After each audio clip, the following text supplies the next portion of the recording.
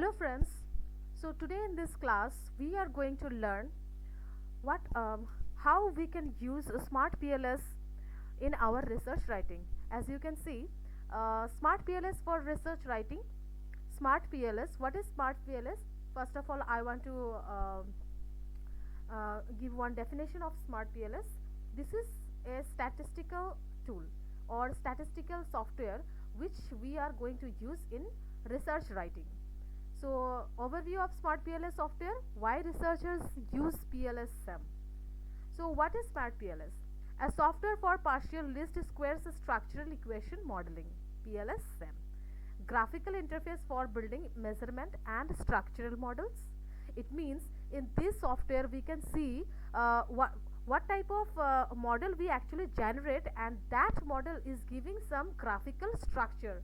Okay, so ideal for exploratory prediction oriented research. Why? Key features: user friendly drag and drop modeling interface. I will show you how to use SmartPLS in our research writing, and I will show you that what to write, when we are going to data analysis part in SmartPLS, what to write in our data analysis part.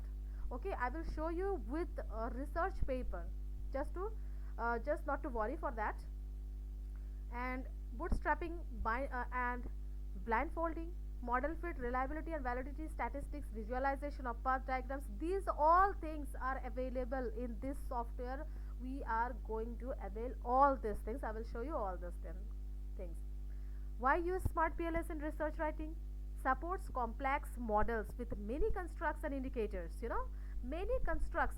I think I will definitely I will give you the knowledge of what is construct, what are the indicators. Also, if you are a fresh researcher or a new one, then maybe it is possible that you are not able to know the construct, what does it mean, and what is the meaning of indicators also. That's why I'm surely in this video I'm going to provide all those things.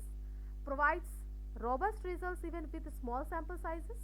you know if there is a small size, then sometimes the result we are getting in other tools like SPSS, no, it might sometime it may take it may create some problems, and we are not getting the exact result which we are expecting. Okay, but in SmartPLS it is very easy to get answer, generates clear figures for thesis and articles, and some the important thing is non-normal data. Okay, non-normal, it means non-parametric. Okay, non-parametric data we can use in SmartPLS, and it will give a clear result. Okay, and small sample size we can use. This is the actual what you can say, this is the benefit if we use the SmartPLS. The non-normal data, non-normal data we can use here, small sample size we can use here. So this is the beauty of a SmartPLS. And next, model building in SmartPLS: create constructs, latent variables, assign indicators, manifest variables, specify relationships, paths between constructs. Everything we are going to learn in this video. So please watch the video whole. Okay, measurement model assessment: indicator reliability, internal consistency, what is Cronbach alpha, composite reliability, all the things, and then conversion validity, AVE, discriminant validity. Okay, next, structural modeler. Don't worry about these slides, okay, because these things we are going to learn in our research paper, and I will show you how to write research paper with these figures. Okay, so that don't worry about that. And then this is a structural model assessment: path coefficients. Okay, path coefficients, coefficient of determination, R square, I and then predictive relevance, Q square, and effect sizes. Okay, bootstrapping, resampling technique. This is resampling technique for significance testing. Produces what? It produces t values, p values, and confidence intervals by which we are able to get the answer. Is it our hypothesis? I will discuss about hypothesis also. Okay, so about actually researchers first work is what? Yes, I know introduction and literature review, all those things, but we have to generate one risk hypothesis. After that, on the basis of hypothesis, we will make conceptual framework, and then we will try to take we will we try to make one test, and we expect the result. Okay, and then uh, when we can see the result in the software, at that time we will be able to know, yes, my hypothesis is accepted or rejected. Okay, so that is we are going to discuss here also. And then reporting smart PLS results, describe the measurement and structural models. Yes, of course, these are the important. First of all, we are going to learn measurement model, and then after structural models. Report reliability and validity statistics, present path coefficients and significance, include diagrams and tables from smart PLS. And best practices, check data quality and sample size, use theory to justify model structure. Yes, I will discuss about the theory also, what type of theory we can use in our research paper. So this video will be a very beneficial for you. You must watch from the beginning to the end. Interpret results in context, support claims with a statistical evidence. So so today we are going to learn how to write research papers. So first of all, what do you think? First of all, okay, let me cancel this one. Okay, so first of all, we must know what is the icon of a smart PLS. Yes, this is, you can see this one, the smart PLS. Okay, let me show how to install it. Okay, so first of all, okay, I'm going to open my browser. Okay, wait, it is coming. Yes, it's showing now. Okay, so first of all, here you have to write smart PLS download. Smart PLS 4, you can write also smart PLS 4 download. And yes, this is the icon of smart PLS, and you have to go through this downloads. Okay, at that time you will be able to install smart PLS very easily.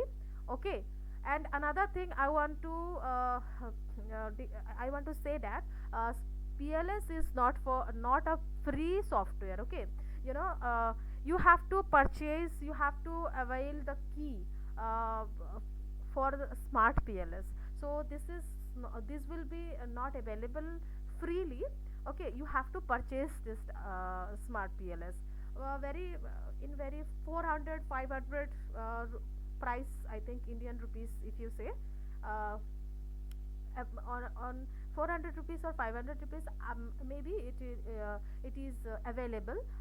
Smart PLS is available to use. Okay, so first of all, this is very important to know. Okay, so actually I have already downloaded smart PLS, so I am going to cancel. You have to install like this, I told you. Okay, and then this is the installation. After installation part completed, and this icon will be showing in your desktop. At that time you can open by double click on it. Yes, now it's coming. It may take time sometime. Okay, it's showing now.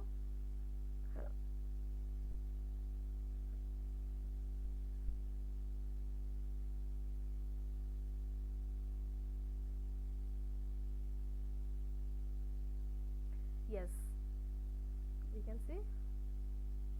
Yes, this is the smart PLS.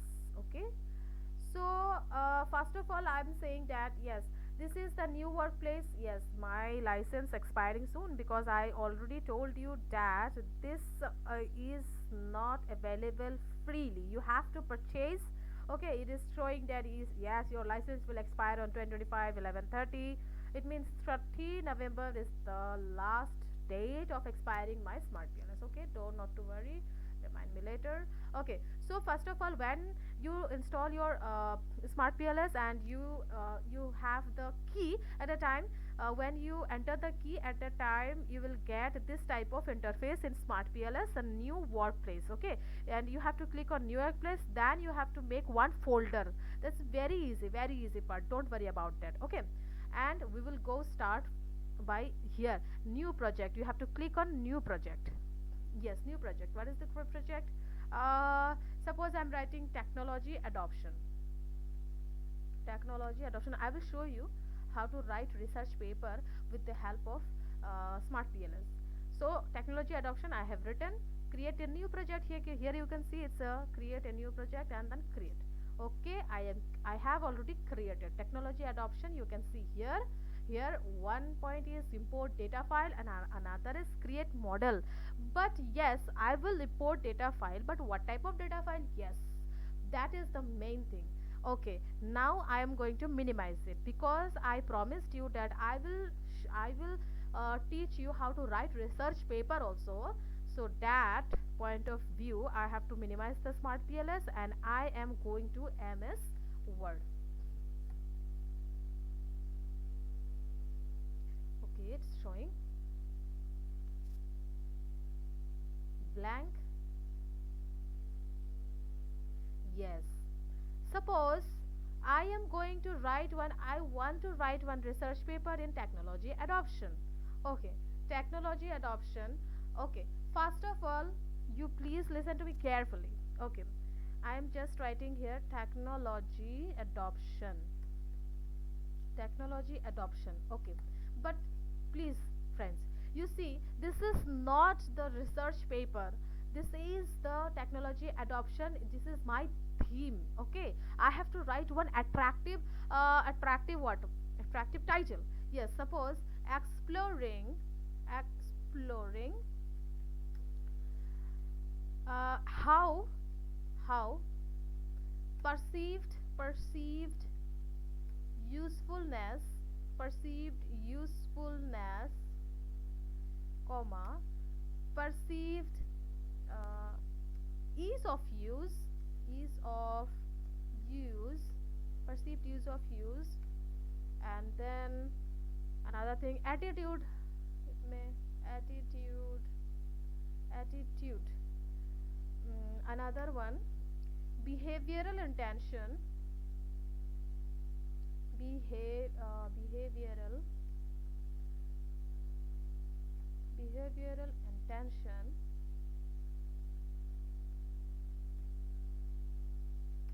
Exploring how perceived usefulness, perceived ease of use, attitude, behavioral intention influences technology adoption. Okay, this is very simple. I'm writing here technology adoption because I'm just giving an overview. Technology adoption. So okay, so and now I'm going to, yes, this is my title, and suppose I'm making it bold and then 18 font. Okay, I'm writing in Times New Roman because if you remember, then when you want to publish one research paper, most of the journal want what? Times New Roman. Okay, if you noticed. Okay, then I want to save control plus. Okay, exploring how perceived useful. No, I'm going to write here smart PLS demo. Smart PLS demo, and in document I'm going to save and save. Okay, so I saved my paper first. Okay, so first of all, when we try to write one research paper, SmartPLS is only the data analysis part. Okay, I'm going to minimize again it. Okay, so first of all, we need what?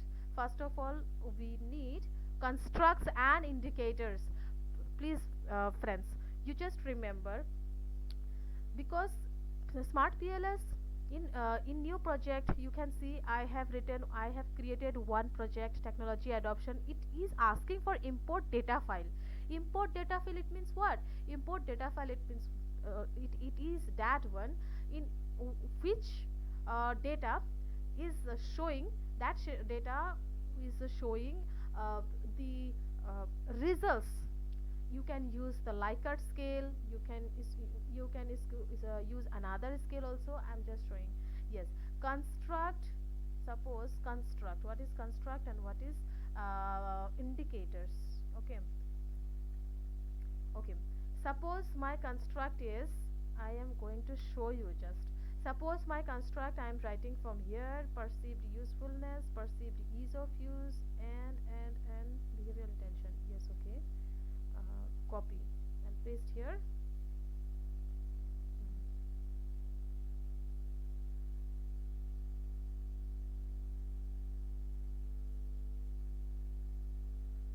I think you are able to see now.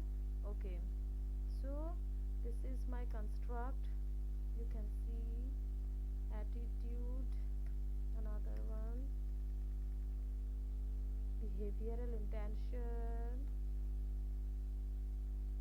this one also, and I want to check another one, use behavior. Use behavior. Okay, save it. Okay, these are the construct.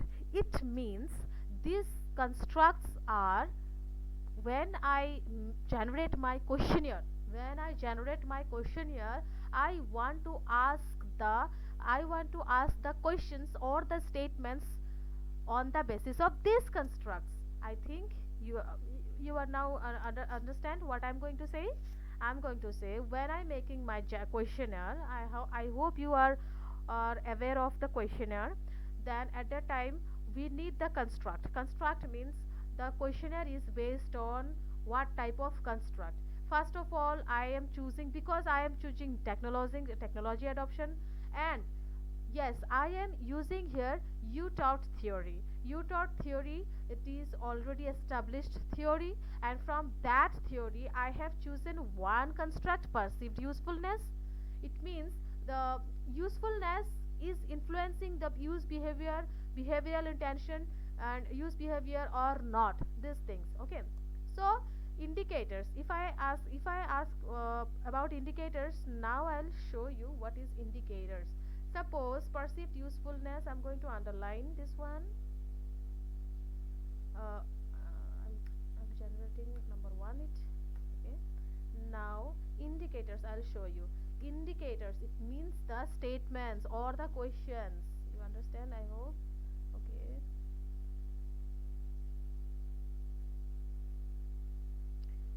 So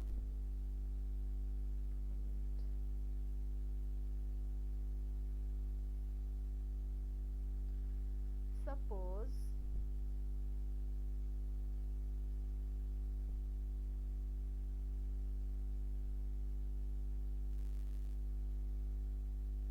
suppose the indicators, I want to write some statements here. What happened here?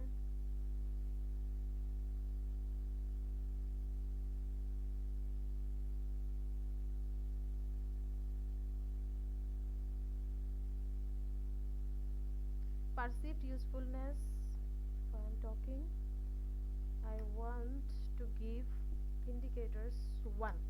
uh, like the use, we can write one statement, like okay, I will show you what type of a statement. Okay, now, okay, this time perceived usefulness, like I am asking one question to my respondent, uh, like uh, AI AI is useful AI is useful for me. Oh, okay. AI is useful for me. I have just given one example. Okay, AI is useful for me, and then you can add another question. But you please must remember these questions which are you are taking. Okay, by the because you are taking perceived usefulness from you taught theory. Okay, you taught theory. You are getting perceived usefulness, and you have to cite from where you are getting these questions. I am just writing here to give one example that AI is useful for me. Okay, but you have to choose all those questions from from other researchers papers, other previous research papers, established research papers. You have to choose those questions or the statements. Okay, please remember, just I'm giving just example. Okay, then AI is useful for me. AI is very helpful for me. AI is very helpful for me. Helpful for me. Okay, then okay, suppose these are the questions, these are the statements. Okay, these are the statements. It means this is the indicators. It means this is the indicators. Yes, these are the indicators. Here you can see. Yes, this is a perceived usefulness one construct. Okay, and these are the indicators. It means perceived usefulness is showing by this questions, is by these statements. Okay, so like this you have to show perceived ease of use. Okay, number two, attitude, behavioral intention, use behavior. All these things you have to show in your research paper. So I am not going to show all these things here. So first of all, I know you have to write introduction part. Okay, of course abstract part I must write here, abstract.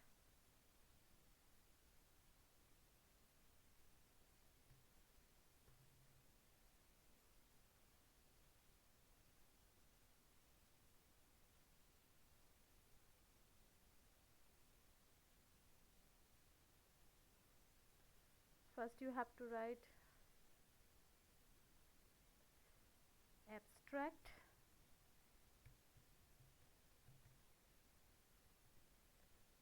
and then keywords, and then yes, this is the first page. Okay, suppose this is the first page, and the next page I'm showing you. Yes, here you have to write introduction. Here you have to write introduction, and you please remember, uh, when you are writing introduction, you have to write all the lines, and you have to cite all the lines also. Okay, citation is very important, because uh, you if you are writing this research paper on technology adoption, maybe you have read some papers before, and you are getting that idea that yes, I'm going to explore how perceived usefulness, perceived ease of use, attitude, behavioral intention influences technology adoption. Okay, so this idea, when from you are getting those ideas, so when you will write the lines and the findings of our other researchers, at that time you have to cite all these things. Okay, so I will if we citation, there is we I can make another video on citation, how to cite papers very easily. Okay, so I can do those things also, but in this video I'm not going to show all those things. And then literature review, literature review I am showing, because you will be able to understand what type of thing actually we are going to include our research paper. Okay, so now literature review. Okay, this is this part, construct and indicators, I am just showing you what type of things we are going to do. Okay, these things we not need to write in research paper. You please remember, just I am showing these things because you will be able to understand what type of thing I am going to do with PLS, please. Okay, so first of all introduction we have written, and then literature review, questions and research gap, all these things we will show here in literature review. Please, all those things I am not going to write in this research paper, that research gap, all these things I'm not writing here. Please you understand all these things, and please you listen to me properly, so that you will be understand what I am actually want to say as a researcher. Okay, so now literature review, and then you have to write the methodology part. Methodology.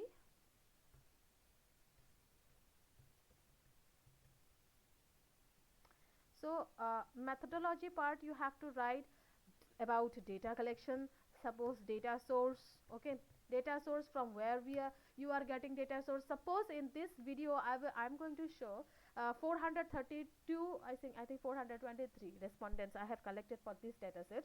Okay, I'm actually I'm just giving a glimpse of this research paper. This is, but I have collected the data for another research. Actually, I'm going to show that data here.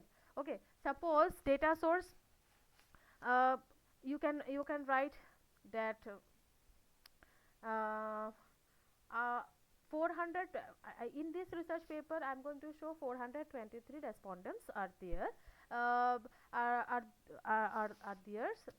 We collected 423 data for this research study. Okay, you can write this research study. This research study is based on what based on primary data. Okay, based on primary data, because you have collected the data. How you collected the data? Yes, of course, about by this questionnaire. I must write here, this is questionnaire actually. This is questionnaire. Yes, this one is questionnaire. So by the help of this questionnaire, this is not full. Okay, uh, this is just a example. Questionnaire: construct one, perceived usefulness; construct two, perceived ease of use; three, attitude; four, behavioral intention, use behavior. Okay, and these are the indicators, like this perceived usefulness. Here perceived ease of use has also indicators. Attitude had also indicators. 2 to 4 indicators, 5 indicators you can select as per your wish. Behavioral intention and use behavior, all these have like this statements, and you have collected data.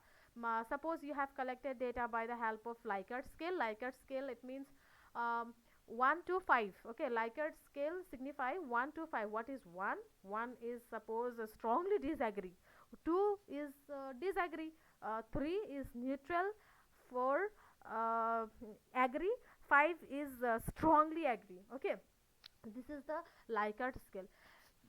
Please friends, please guys, you have to listen. You have to listen to my words, which I am talking here. All those things are not possible to write. Everything is not possible to write here. Now I am discussing about Likert scale. Likert scale signify from 1 to 5, strongly disagree to strongly agree. Okay, from which we have collected data, and now I will show what type of data I have collected. I will show you. Okay, minimize it, and then you need one Excel sheet of your data file.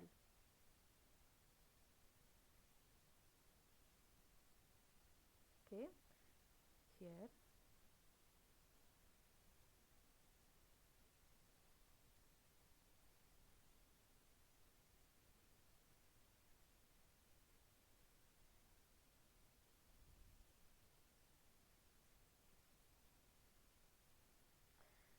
Yes, this is the data. Okay, this is the data. I'm sorry I can't show you all those data because it's very a Herculean task to collect all those data. This is the data. Yes, I'm going to show you how to put all those things. Okay, but these are the answers. These are the answers. Suppose I have written here in MS. Yes, yes. This research study is based on primary data, and you have written that for 400, the sample size. Okay, the sample size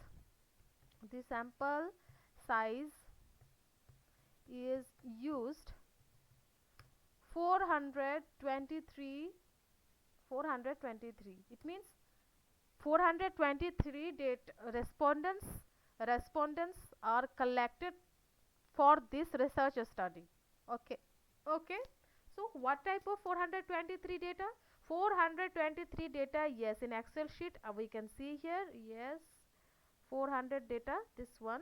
Okay, okay, you can see here it is 423, 424, because the first one is the, yes, this is the title row. Okay, so you can see second respondent, it means the first respondent. This responded for the first question. Suppose I'm going to change all these things. How can I going to change all these things? First of all, uh, maximize it. Yes. Hmm. First, what is this? Perceived usefulness.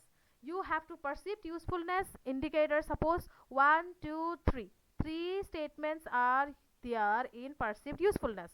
So you have to write here first one. Perceived usefulness means perceived usefulness PU. Okay.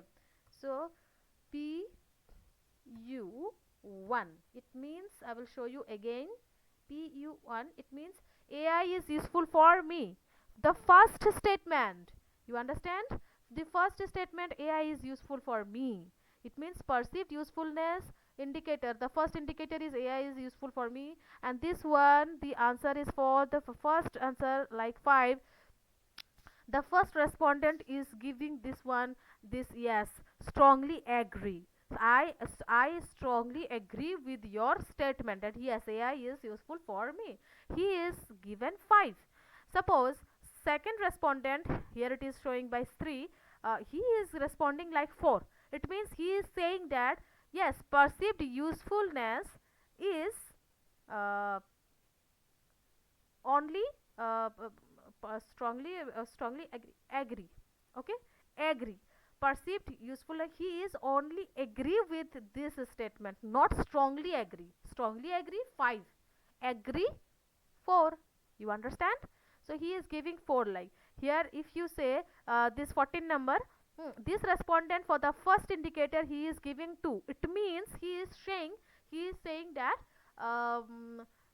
for this statement, AI is useful for me. AI is useful for me. He is responding uh, disagree, only disagree, not strongly disagree. Strongly disagree is signifying 1, and disagree signifies 2. Okay, understand? I hope these things you cleared here. And and like this, there are 3 indicators you have to write here.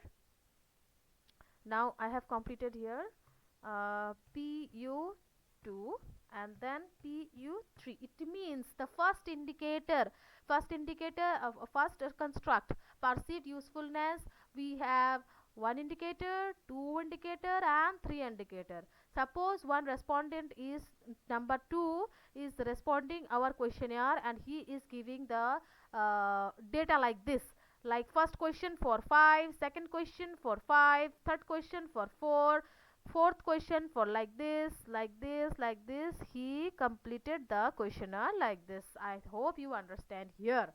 Up to this is understood by you, I hope. Now I am going to show you perceived usefulness, and then again, what is this? Second construct is perceived ease of use, PEOU. We have to write here, not here, here. PEOU1 and PEOU2, PEOU3, and then okay, how many question? How many question? Okay, 3 questions. Okay, 3 questions. And then the next question, yes, next question is for attitude. Okay, attitude. Now I have to write here ATT1, and then second question ATT2, and third question ATT3. Yes. Oh, another question is there, then ATT4.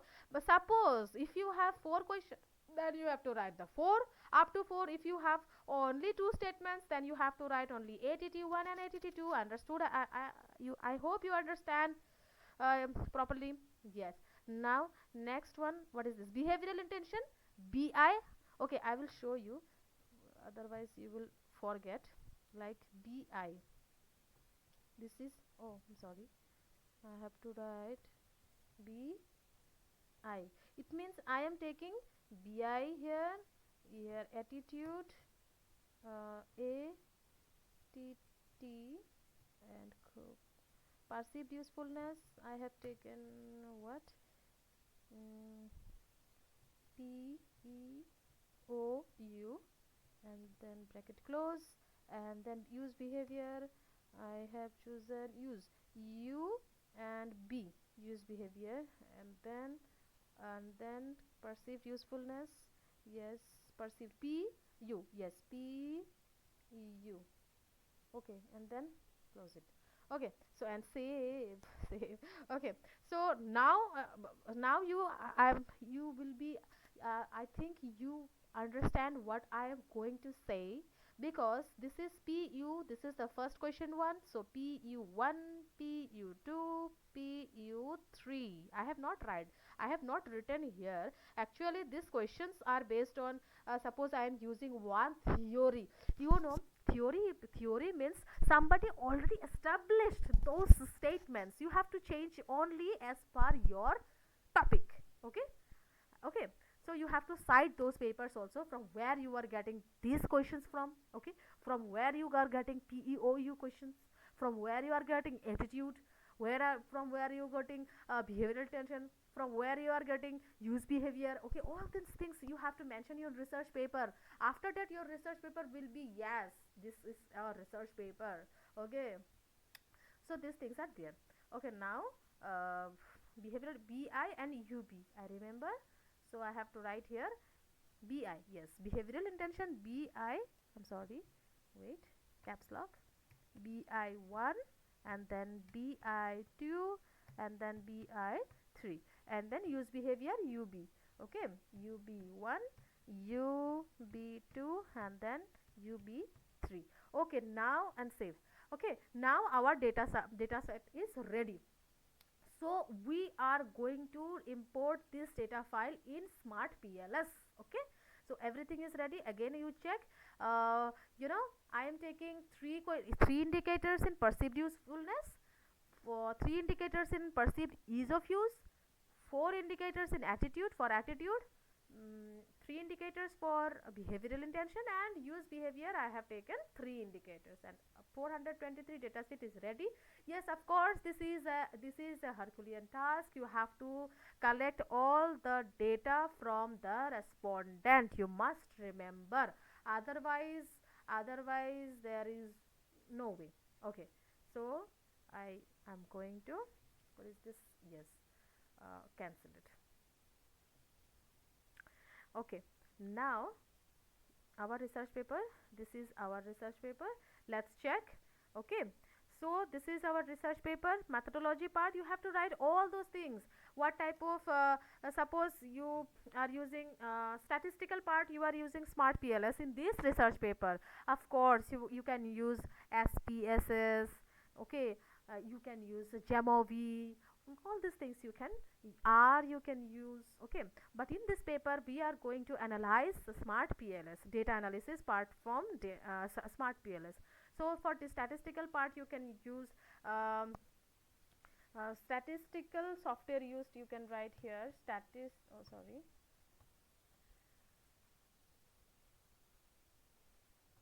yes, statistical stat statistical software, what, SmartPLS. SmartPLS is used here for data analysis, for data analysis. Okay, you have to write all those things, you have to write.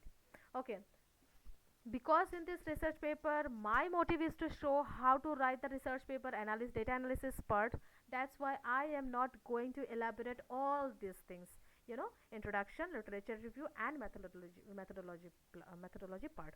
Okay, you have to write all these things. If you need one video on all whole research paper, at the time I will be there to show you all these things also. Okay, so now suppose we have written methodology part. Okay, now we have to write our data analysis part. Data analysis, analysis, data analysis.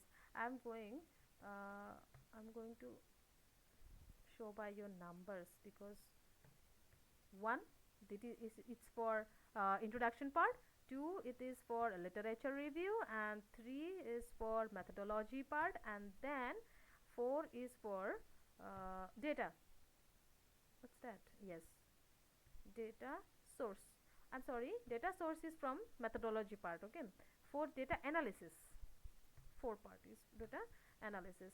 Now we are going to do data analysis part. because this is the main important part.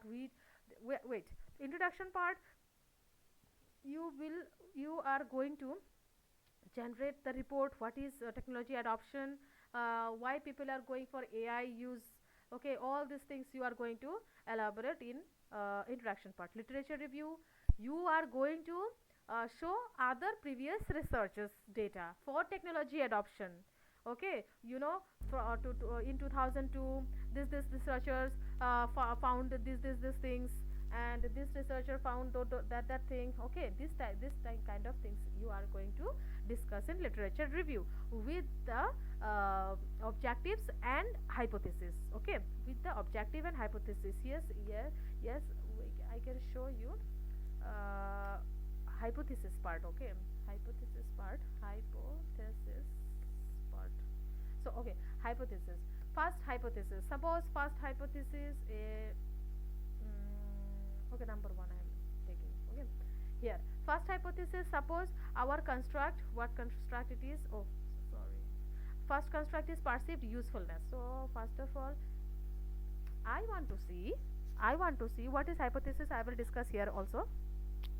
Perceived usefulness. Perceived usefulness. Perceived usefulness positively influences. Okay, positively influences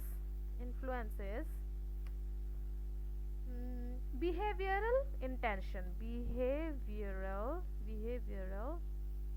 intention. Okay, this is my hypothesis. Okay, this is my hypothesis. I don't know whether it is true or not. Please try to understand these things. First hypothesis I have taken from my construct. Okay, 5 construct I have: perceived usefulness, and then perceived ease of use, then attitude, behavioral intention, and then use behavior. These are my construct, and these are indicators. I have not written all the indicators here because I am giving example. Okay, otherwise if this video will never I cannot, I never end. There will be never end on the video. Okay, so perceived usefulness positively influences behavioral intention. Okay, I will show you how to write the conceptual framework also. So I have uh, in literature review I read uh, suppose 150 papers, and from 150 papers I'm going to make one hypothesis. First one hypothesis is, yes, perceived usefulness positively influences behavioral intention. but but I'm not sure here, because this is my hypothesis.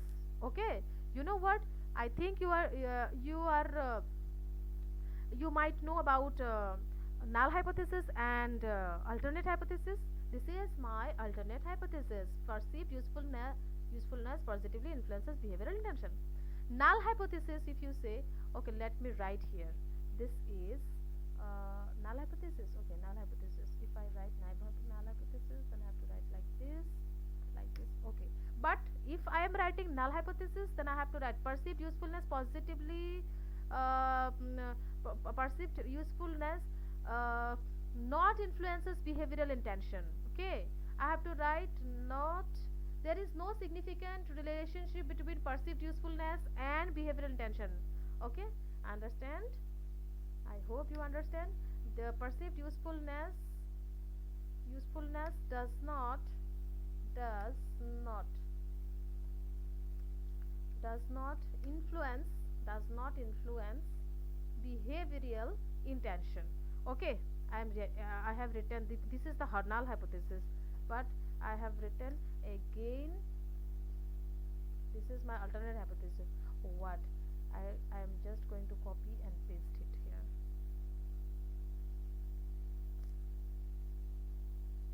but but what to write? Perceived usefulness, yes, positively we can write.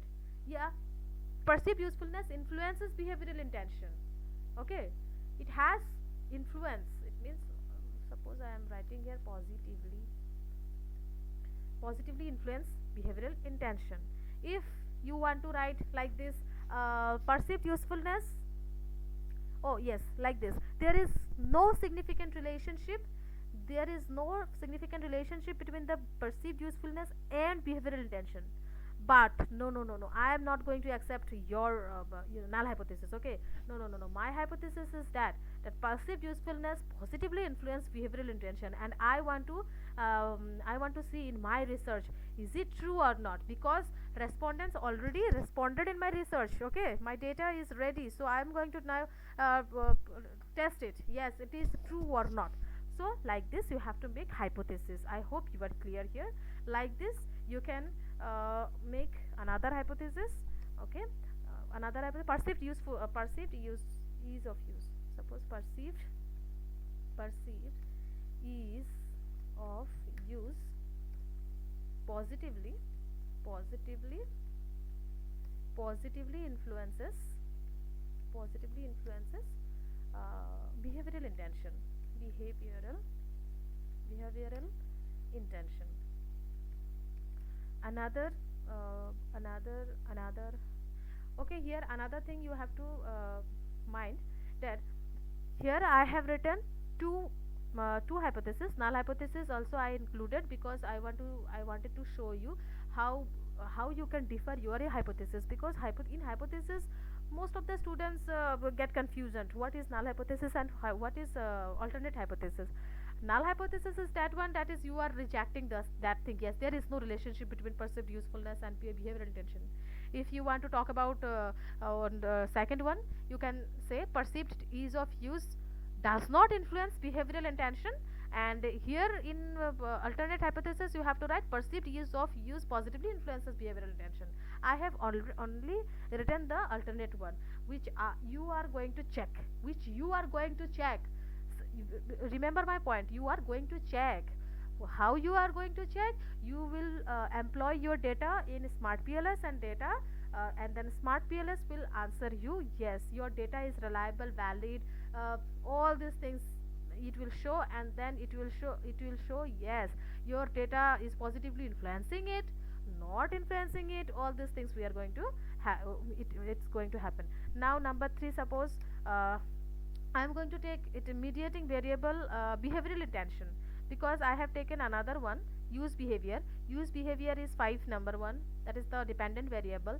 Mediating behavior variable, yes, mediating variable, you are mediating variable behavioral intention is also dependent one, only for this PEOU attitude. Okay, so suppose I am taking behavioral intention.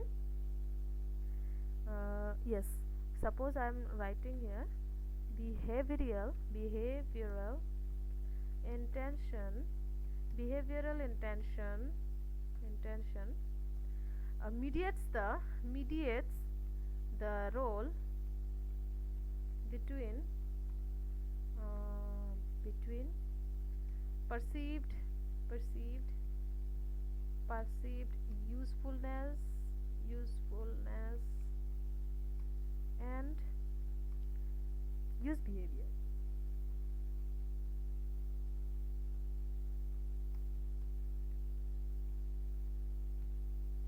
Okay, so I have taken only the 3 hypotheses here. Please, you can choose as per your wish. Okay, so I have taken only 3, 4, 5 hypotheses. Easily you can take. Okay, so this is for example how you are going to show your hypothesis. Okay, I I hope you understand all these things. Okay, in literature review you are showing your hypothesis here, and then you can show your conceptual framework. What is this? Now I'm going to show you conceptual framework, and then you'll be able to understand what you are going to do in your research. This is conceptual framework. Suppose conceptual framework, you have to, yes, here file, home, and insert.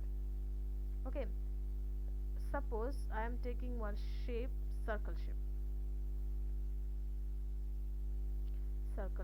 I'm going to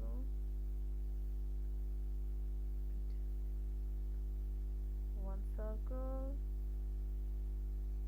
Yes, copy and paste, again paste, again paste, again paste, control plus B, because I know there are 5 latent variables in my research.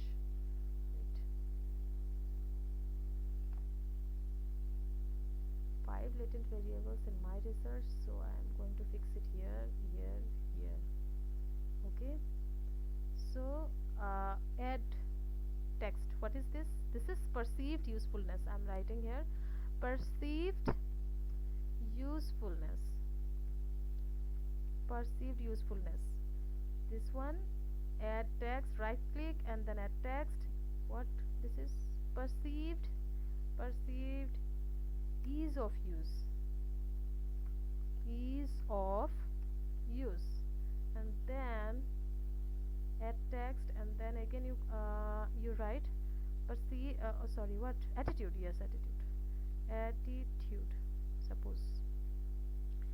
And this one is our mediating variable. Add text. What is this? Behavioral intention.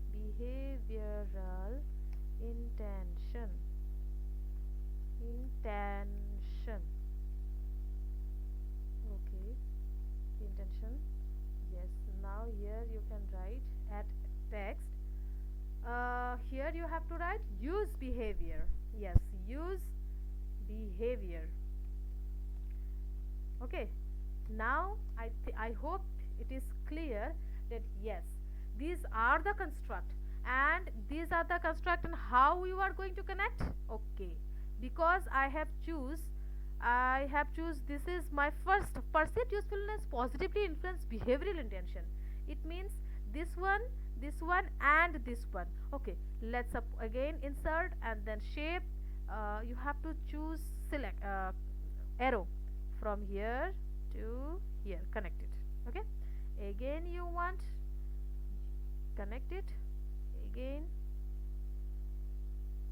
you connect this one here, again we want. Yes, one hypothesis is there: behavioral intention mediates the role between perceived usefulness and use behavior. Then how you are going to show? Yes, this is perceived usefulness and this is use behavior, and this is behavioral intention, and I want to show that that this is actually mediates between perceived usefulness and use behavior. So you have to connect from here also. Okay, suppose perceived this one is playing mediating role between perceived ease of use and use behavior, between attitude and use behavior. It means ultimately this is going to be a mediating variable. This is a mediating variable. These are latent variables, or I independent variables. These are okay. These are path. Okay, these are path, and this is the dependent variable use behavior. I hope the variable part is also clear here now. So you can say perceived usefulness is your independent variable, perceived ease of use and attitude, these are your independent variable. Behavioral intention, this is mediating variable, and use behavior is your ultimate dependent variable. Okay, we are going to see. Yes, you can do these things also. Suppose I am going to check, is there any direct relation between perceived usefulness and use behavior? Yes, you can check, but I am not going to check here. This is your call. You want or not. Okay, you can connect all these things.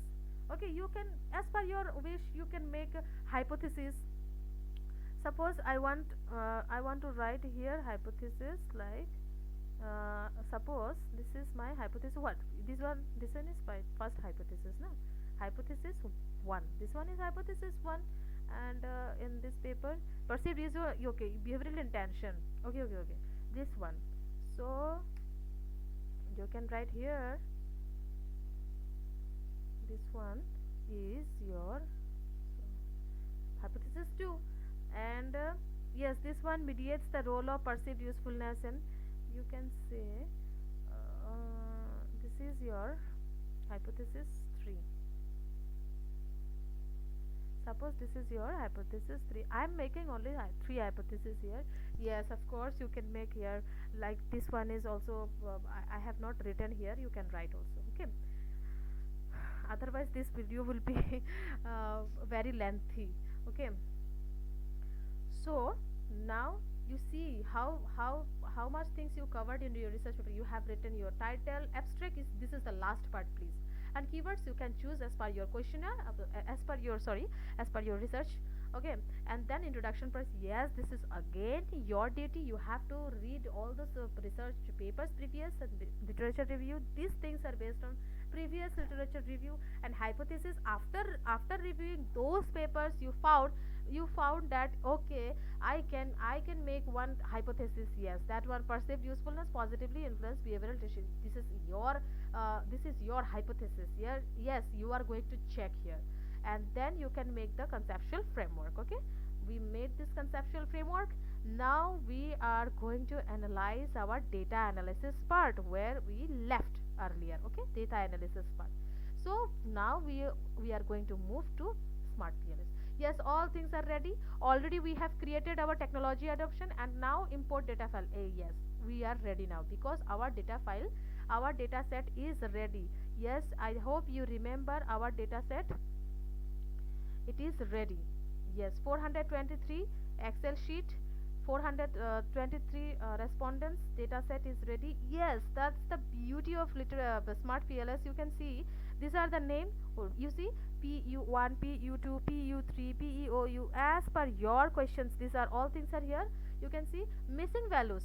If one cell of your Excel sheet it's missing, then it will show here. It is appearing automatically. Okay, here you can see PEOU2. If you check your data set, then then you will be find that yes, one cell is missing. Then you have to put yes, of course, at that time you have to put by yourself because there is nothing to do. Okay.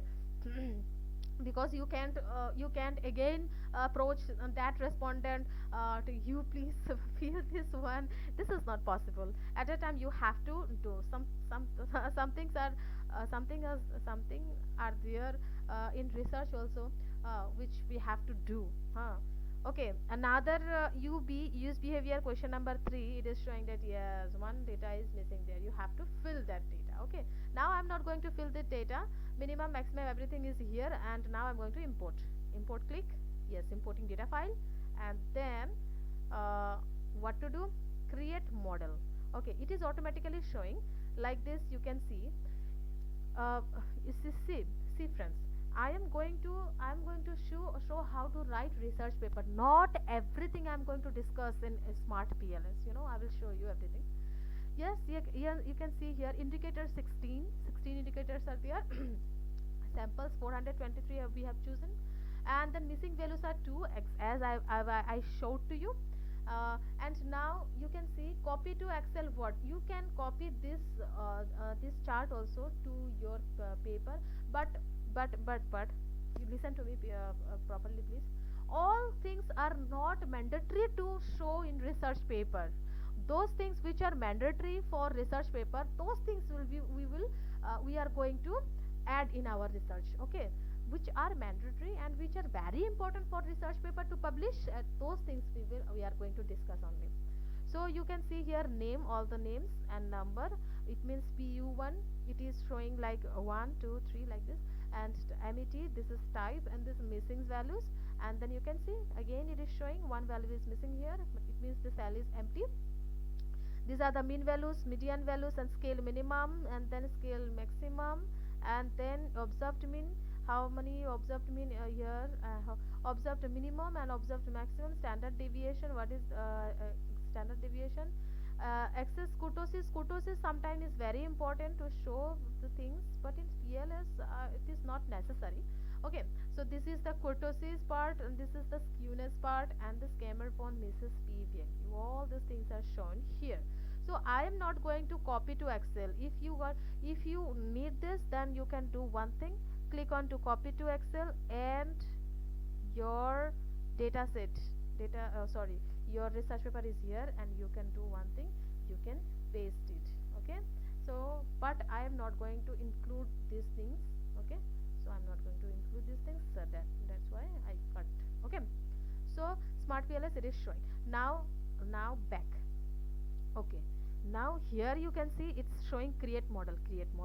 Okay, so what is this project? Technology adoption. Please choose PLS-SEM, and then You can write again technology. I am writing technology.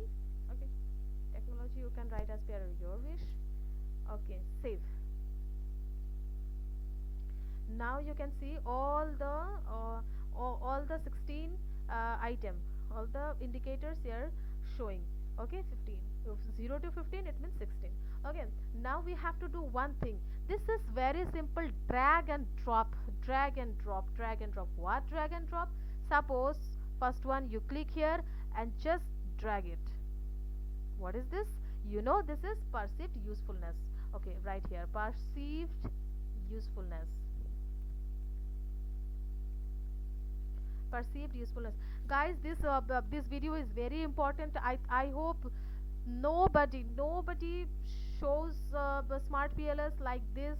How to write research paper also I am giving in this video. If you need more videos like this, at you can ask me on in comment box, and I will definitely try to bring those type of videos for you.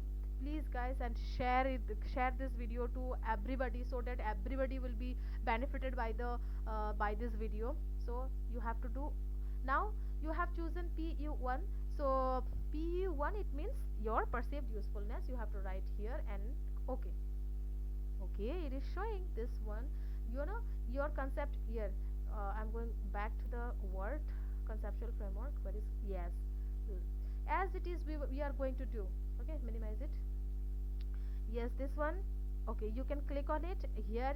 All those things, colors, everything are here. I'm not going to show all these things. What we need for research paper, I'm going to do that part also only. So here you can see I can do one thing. You can say indicator. This is PU1. This is the indicator. This is the statement. You remember? You can make you can put in every way you want. Okay, I want here. So PU2, you just click and drag. PU2. Okay, again PU3, again drag and drop. Okay, so first construct is ready with indicators. You remember indicators? We made indicators.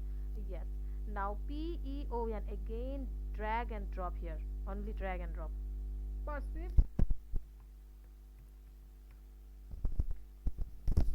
Perceived ease of use.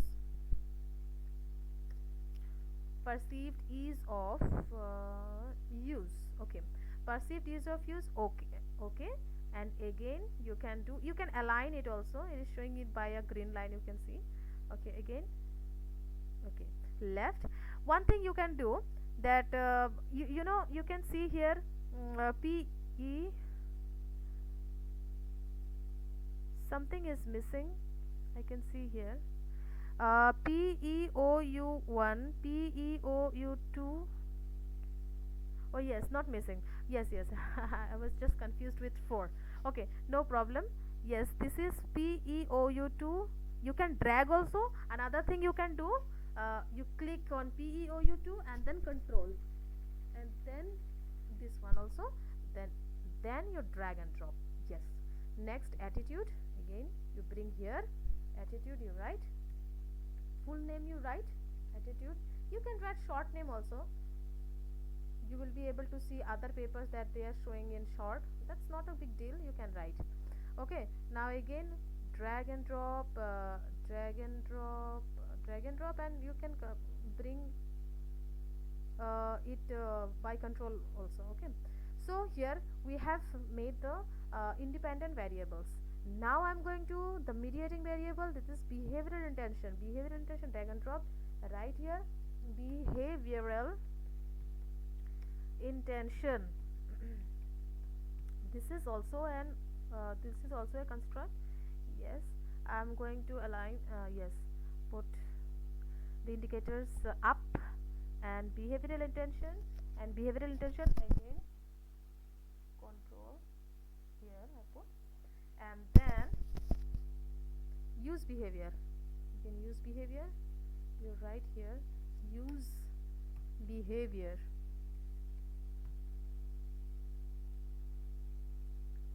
This is the use behavior. Yes, drag and drop, drag and drop, drag drag and drop. Yes, you can see now. Okay, you can zoom in and zoom out also. You can reset it. Yes, yes, now you select here, you can select it here. Okay, yes, yes, this icon is showing that yes, you are selecting. Okay, now I am going to connect. So you have to, you can see back, save, convert, calculate, select, latent variable, connect, quadratic effect, Gaussian copula, command and delete. All these things are here. You can do anything, but in research paper what is important, that thing is I'm showing here only. Okay, already I have completed 1 hour. So I think, I hope so many things I have taught you, so you will be able to understand what to write in your research paper. Okay, now I'm going to connect. Okay, first of all you have to select, you have to click on connect, and then you just drag and drop here, just connect it like this, just like this, just like this, and just like this, you connect. Okay, if you again want to do something, then select, and if you select, then you can do, you can move all these things you can do. Okay, I have selected, I have connect all these things. Okay, so this is my model as per my research paper. You can see here, you know, I minimize it, you know, this is our paper. So as it is, I have done here also. So okay, this is now ready. Okay, so first thing we have to do, we have to do calculate and then PLS-SEM algorithm, because the first part we have to check the measurement model. Okay, now it is showing weighting scheme. No need to be no need to be done anything here. Okay, just click on start calculation. It will calculate by itself. Yes, so all the results are showing here. You can see so many results, graphical output, path coefficients, all these things are showing here. But for the research paper, what is important to write, you know. Okay, now let's go back to the research paper. Okay, this is the research paper, and now the first part we have to write. Now I think I'm giving A. Okay, you have to write the measurement model. Measurement model. First one is measurement model. You see, please, please pay attention here. Measurement model is that model uh, which is showing that yes, your data is reliable. It means it is showing reliability, and your data is valid because it is showing validity. After that you can move to your structural model. I hope you understand. First of all, we have to check the measurement model. In measurement model, what to do? I have shown in my what PPT also, in slides also. I have shown you that measurement model means reliability, validity part. First, it will, if it permits that yes, your data is reliable, it is showing the reliability with Cronbach alpha, and then it is showing validity, discriminant validity is okay, conversion validity is okay, then you can move forward. It means it is that this data is okay, and you can make the research paper and you will be getting the result. Okay, first one is measurement model, and then I will write here, this is the structural model.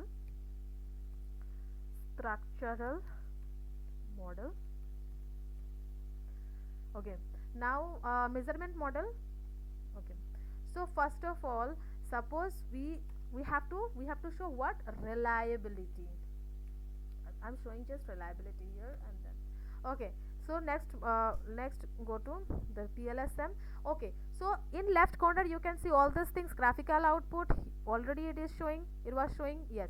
Now first one we have to choose quality criteria, construct reliability and validity part. You have to click on it, only one click, and you will be able to see the whole table. This is the table. Okay, I will show you the meaning of this table also.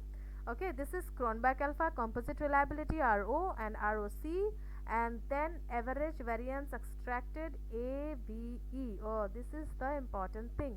Construct reliability. You can see this is the overview. This is overview actually, and then here you can see in this all values are showing green. It means my data set accidentally my data set is a reliable one, because my respondents are giving uh, it means my respondents given a very good response, but it means they have given answer to my questions properly, accurately, so that all these values are showing green signal. It means my data set is reliable. What can I do? What I can do here, click on to Excel on Word, and then in Word you have to just Control V and it will appear automatically and save it. Okay, this is the reliability part. Okay, here you can see attitude, behavioral intention, perceived usefulness, ease of use, and usefulness, use behavior. All these are my construct, and this is the Cronbach alpha. What does this mean? What does it mean? Actually, what does it mean? Cronbach alpha 0.829, 0.867, 0.805. What does it mean? Composite reliability, ROC, average variance extracted. What does it mean? You know, in PLS, yes, I will definitely tell you what does it mean, but it is important that these values are showing green or not. It means this value should be okay. What to write in interpretation? Suppose in interpretation, you know what interpretation I am writing here, but in the research paper you will not be able to see interpretation. They will write generally like this, yes, in reliability value. Okay, first of all we have to write this measurement model. Okay, in this research paper you can write, in this research paper in this, okay, no need to write these things. Okay, in measurement model model you have to write like this. I'm showing what to write actually. So many things you can write. You can write all these values, okay, but no need to write all these things. Just important things you can write in measurement model, and you can go through other research papers also, so that you'll be understand what to write exactly. But I am giving the exact lines what you have to write actually in research paper. That will be enough for you to write one research paper. In measurement model, we need to show like this. We need to show uh, reliability and validity, okay. reliability reliability reliability shows with Cronbach alpha, which is good if it is above 0.70, okay, 0.70. And sometime you can write here, sometime 0.8 above 0.80 is very good. You can write also is very good to show reliability of the data set. Okay, you can write here like this. You have to write, actually first of all you have to show the threshold limit. What is the threshold limit? The threshold limit you can see here 0.829. 0.829 for attitude, it means it is greater than 0.80. It means it is showing excellent. You can write here in this paper, in this data set, you can write in this data set the reliability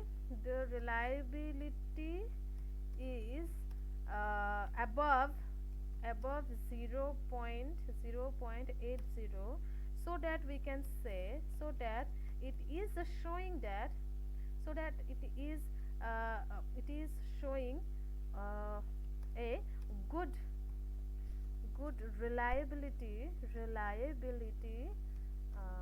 in construct or reliability in data set. Okay, like this you have to write. It means you have to say what is the threshold limit. It means what you have to cross, what what value you have to cross to get that result. And yes, in my paper I have crossed that limit, and yes, it is reliable.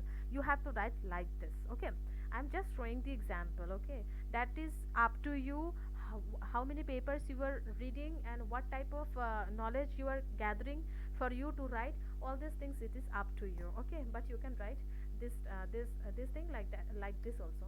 Okay, so here you can see this is the Cronbach alpha. Cronbach alpha, it means, you see, this is our model. In perceived usefulness, suppose we have three indicators, and three indicators, suppose everybody is responding in three indicators. Okay, the three indicators are reliable. It means the indicators are showing exactly the perceived usefulness, that is the Cronbach alpha. Okay, when we calculate that one, and statistical software automatically appears those value, so this value is now reliable, we can say. Okay, this is the reliability part. You can write like this, and you can write all these values. It means those values which are important. Another thing, we will show AVE. Okay, again you can write here AVE means what? This is average extracted variance. Average extracted variance, which should be above 0.50. And yes, first of all, you must remember all these things, that what is the threshold point. Okay, what is the threshold limit. So variance which should be above 0 0.0. in our in this research in this research in this research study in this research study average AVE is above, AVE is between, you can write here the smaller one. What is the smaller one? 0.661, and the higher one is 7 point, you can see 720, 742, 734, and the other one is 790. It means you can write like this: 0.661 to 0. What 7 790, 0.790. Okay, so you can write like this. In this research study, AV is 0.661 to 0.790, which shows a good average AVE. It supports. Okay, so my data set is reliable. Okay, this is the interpretation. You can remove this interpretation after some time. Okay, when you complete your research paper. Okay, how to write this data set, you understand. I hope this is clear to you. This means that I can okay, so this is the reliability part. And always remember, the threshold point above 0.70, it is good, and 0.80, it is very good. It means constructs internally stable and reliable. You know, the constructs internally stable and reliable. It means all the items of construct is measuring the construct properly. Okay, suppose attitudes and indicators, suppose the attitude indicators or the perceived usefulness, all the items means all the indicators of construct is measuring the construct properly. Okay, so this is very important too. First of all, we have to check the reliability. If the data set is not reliable, then don't move further to do analysis part. Okay, reliable, if it is not reliable, then there will be no there is nothing to do with that data set. Okay, okay, so, and if you are collecting genuinely with your data set, then I hope your data set will appear like this. Okay, next again move to SmartPLS, and then yes, I was showing that construct reliability and validity, it is shown here. Okay, we have already copy and paste, and we have already interpret that data. And then Cronbach alpha bar chart, you can show these things also in your paper. Okay, some papers are showing these things. I am not going to show these things. If you are showing, then you have to interpret also. Again, Cronbach alpha, you have to write that attitude is 0.8 to 0.9, behavioral intention is 0.8.5 to 9. Everything you have to show. Okay, I am again repeat.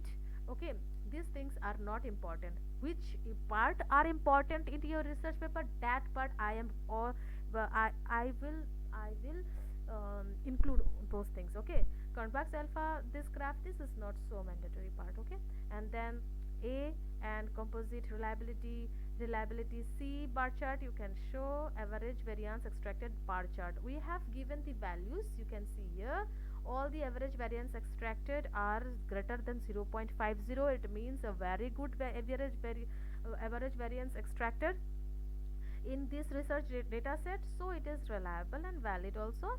Okay, so now move it to for again then discriminant validity. So what is important in discriminant validity here? Yes, see, here you can see heterotrait monotrait ratio, HTMT ratio matrix, and then HTMT list, bar chart, and then another method of discriminant validity is Forner-Lurgan. Here you can you must remember there is two types of validity: discriminant validity and convergent validity. Okay, discriminant validity is that one you are showing that items of one construct should not measure another construct. It means what? Okay, it means suppose this is your model and perceived ease of use. Suppose perceived ease of use, it has some indicators, and behavioral intention, it has also some indicators. It means these indicators of this construct and these indicators of this construct should not measure another construct. It means the items of perceived ease of use not showing the measure, not measuring the behavioral intention. It means it is showing only itself perceived useful in ease of use. It means it is different from each other. It should be different from each other. That is discriminant validity. I hope you understand. It should be different. You see, if behavioral intention is not different from perceived usefulness, then what will be the meaning? What will be the use of this model? There will be no use. It means the items of one construct should not measure another construct. Okay, these items not measure the another construct. I hope this is clear. Let's move to PLS-SEM. Yes, this is the HTMT ratio matrix. What we need, this is the table. You can see, copy, click on it, and then here. Yes, here you will put. Okay, first you can write discriminant validity. Yes, validity is very important. Validity. Okay, for convergent validity we have shown AVE. Yes, AVE is for convergent validity. I have not written, I think. AVE is for convergent validity. Okay, and it is convergent validity is greater than 0.50. So everything is not possible to write. Please understand. Okay, because I'm showing the research paper, whole research paper also. So please understand. Discriminant validity, we have to do one thing. HTMT ratio. Okay, I have to write here HTMT. Okay, HT and MT. Okay, HTMT values. Okay, so heterotrait monotrait ratio. For discriminant validity, it is very important, very important for heterotrait monotrait ratio. What to see? We have to see that it should be greater. It should be less than 0.85. Okay, then it is excellent. 0.885. You can see in attitude column and behavioral intention. This is a matrix. Okay, this is a matrix table, so that this values are like this. So in behavioral intention, attitude, what is these two constructs are showing here now, attitude and behavioral intention, and these two constructs are showing HTMT ratio 0.742. It means it is showing less than 0.85. Okay, threshold limit. Okay, threshold limit should be less than 0.85, and it is showing it is excellent. Okay, and then if it is 0.90, somewhere we can see, yes, 0.855. Here you can see it is we can say it is acceptable, because we must not cross 0.90. If it is greater than 0.90, then you can say no, no, no, there is no discriminator validity. Okay, this is not valid actually. If you can see this data set you can see that all the data set zero point 0.7, 0.7, 0.7, 0.6, 0.6, 0.7, 0.7, 0.8, yes, this is causing some problem. That's why it is showing like in black color. You see 0.855, it means it is less than 0.90. It is acceptable, somehow it is acceptable. Not we can't reject this HTMT value, but yes, it's not like this 0.4, 74, 69, like 698. Okay, there is no problem, it is okay, it is acceptable.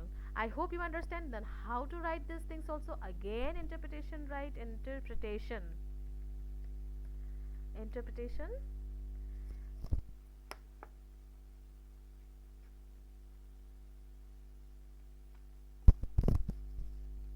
Interpretation you have to write. For discriminant validity, for discriminant validity, we are using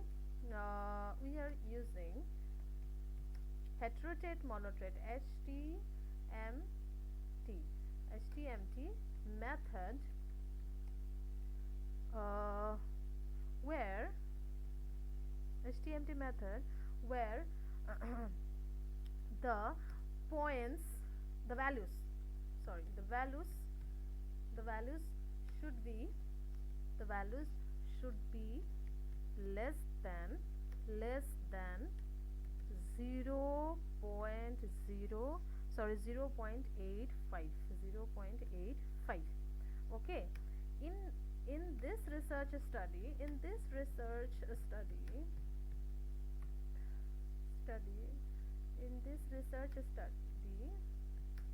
uh, the values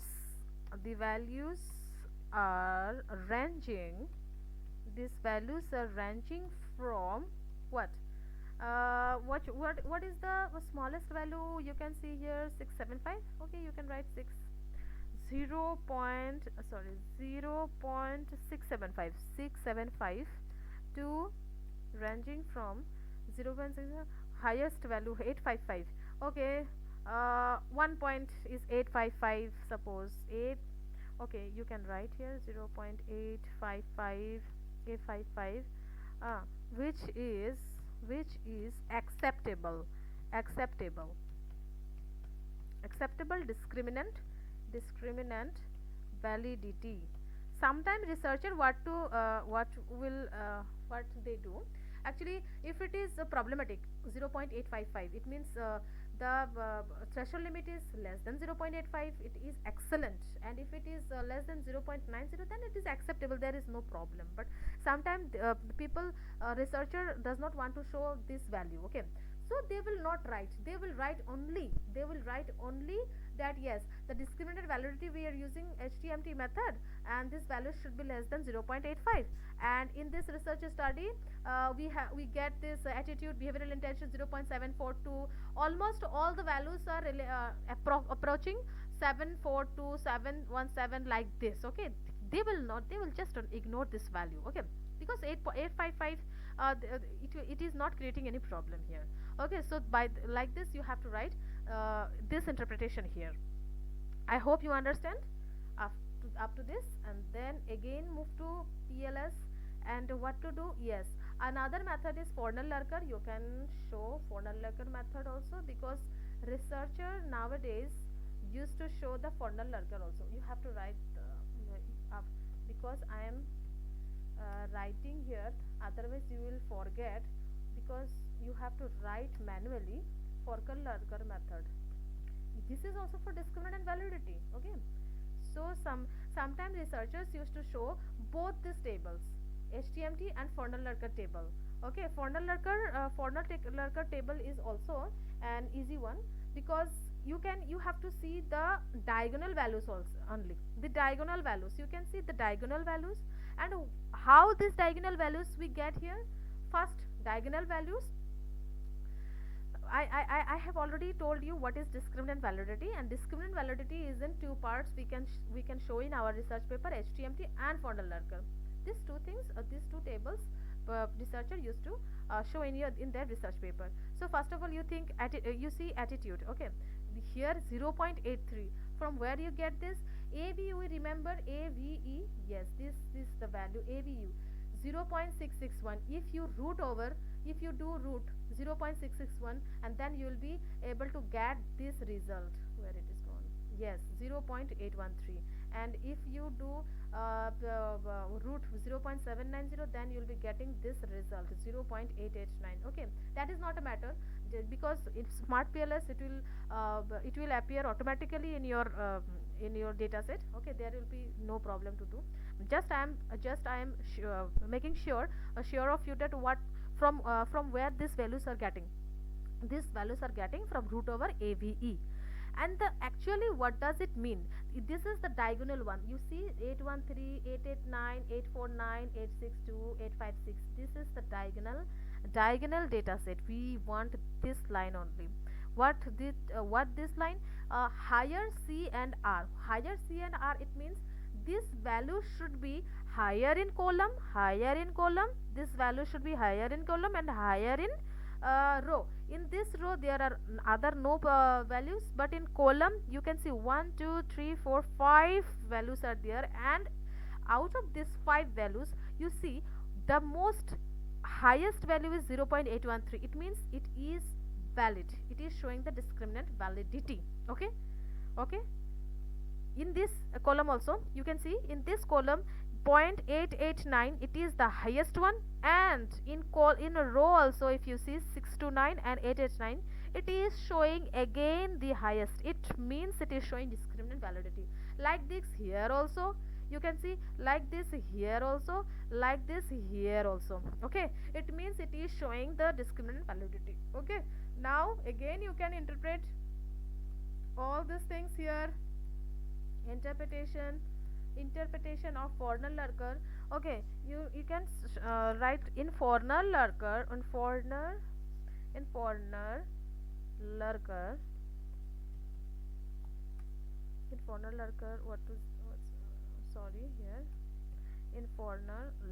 method of discriminant validity,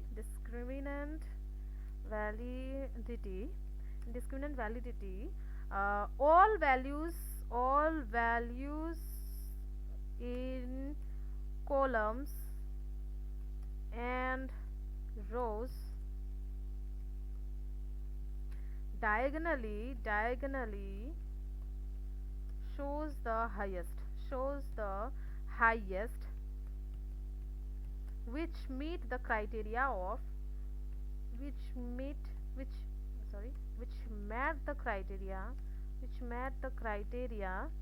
of Fondel-Lurker discriminant validity.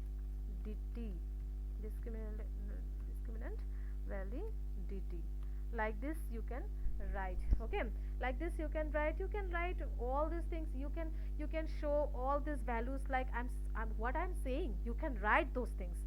Suppose in attitude column you can write, in attitude column 0.813 is the highest one among all those all other values.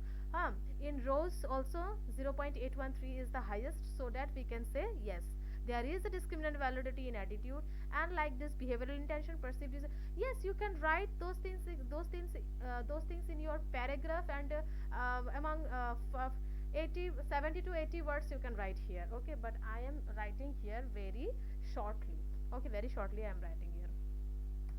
Next, enter what are important for our research paper. You see, first of all we have done our reliability with the Cronbach alpha, and second, discriminant validity, we have shown the HTMT value, and then we have shown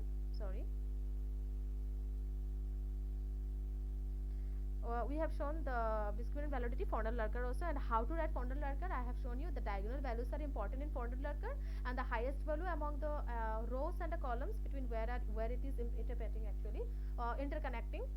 that value is important, and we have to see that value is greater or not, highest or not. This is the threshold limit. There is no threshold limit like 0.8 80 is the highest one, 0.90 is highest one. In Fondler Lurker there is there is not that kind of values. You have to see two things: the diagonally it is the highest one, and the column and the row, the value where it is interconnecting at that time, at that point of view, it is showing highest or not. These two criteria should be met for the Fondler Lurker, and we have seen here, and we have written all these things here.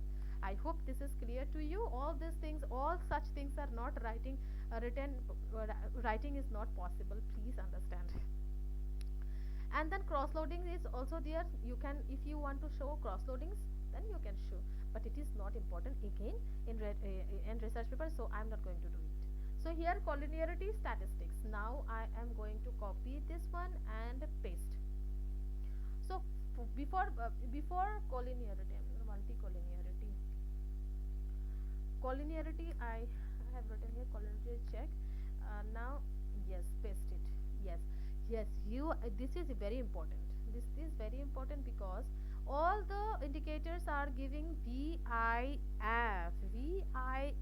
all the multicollinearity variance inflation factor. What is this? Variance inflation factor. Okay, variance inflation factor should be less than 3. If it is less than 3, it means I'm okay. I will write here again in interpretation. Okay, it should be in less than 3. If it is less than 3, then there is no multicollinearity problem. What is VIF? VIF tells you whether an item or variable is too similar or overlapping with another variable. Okay, suppose what VIF I am going to show you practically. Wait, minimize it. Suppose our data set.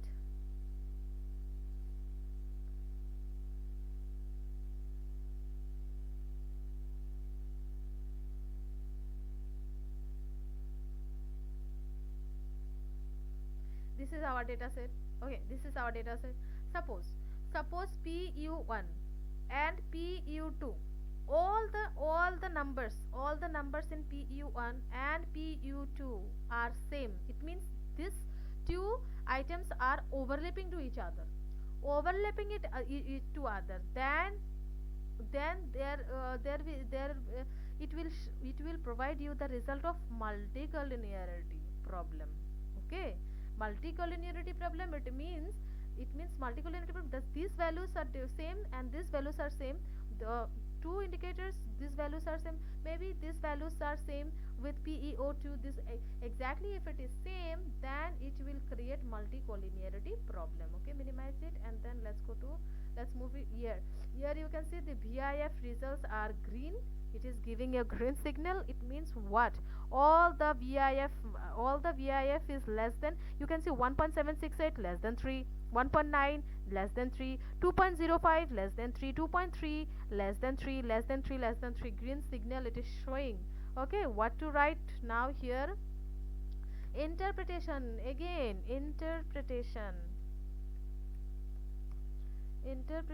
again. What to write? Okay, VIF tells you whether an item or variable is too similar. Okay, let's try to write. Okay, variance, VIF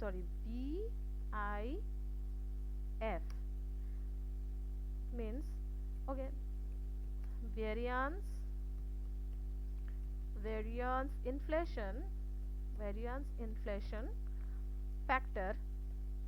Variance inflation factor tells whether an item or variable is too similar or overlapping with another variable. Okay, so, and again you can write VIF value should be less than 3. In our research study, the values of BIF is less than VIF are less than 3. So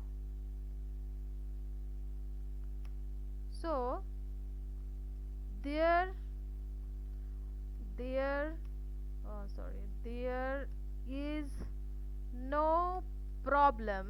there is no problem of multicollinearity.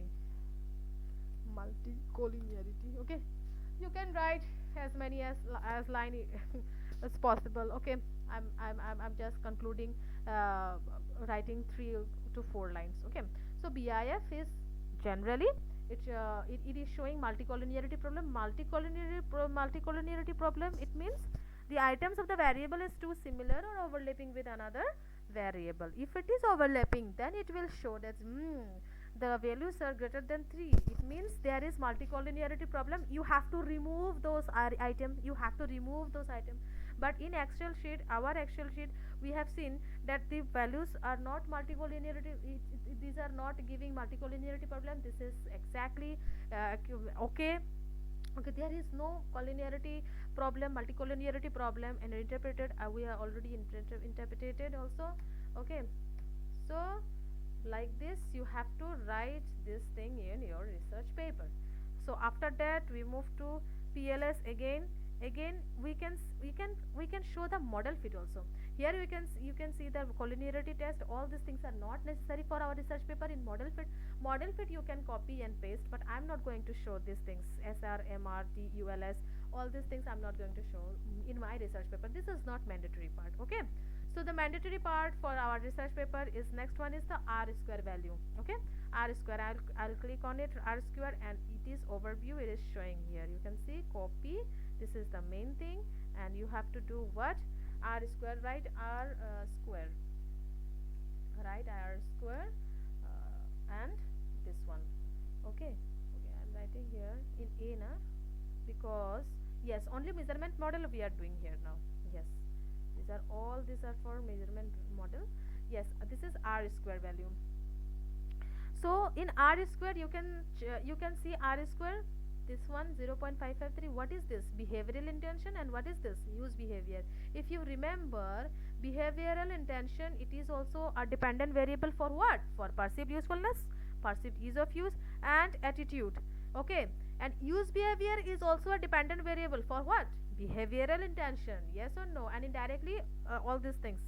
Okay, if it is mediating, it can be a dependent variable, because it is dependent variable for these independent variables. I hope you understand now. And R square is generating the result of only the dependent variable. Okay, I'm going to save it. Okay, behavioral intention, R square and R square adjusted, these two values are showing. And in R square 0.553 and 0.524, these values are showing. It means the R square tells you how much variance, percentage of change in dependent variable is explained by that independent variable in your model. Okay, let's do interpretation. Then you will be able to understand very interpretation. Okay, now in interpretation you have to write, what is R square? First of all, write about R square. What is R square? R square tells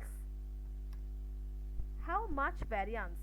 You have to write how much variance, or the percentage of change. You can write percentage of change, percentage of change in dependent variable. In dependent variable is explained by the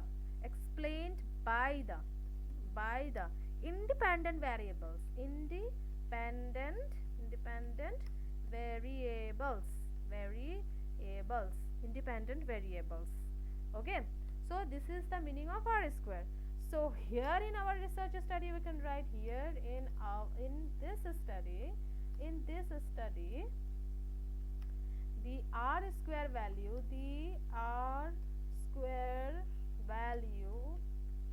of what? Behavioral intention. Yes,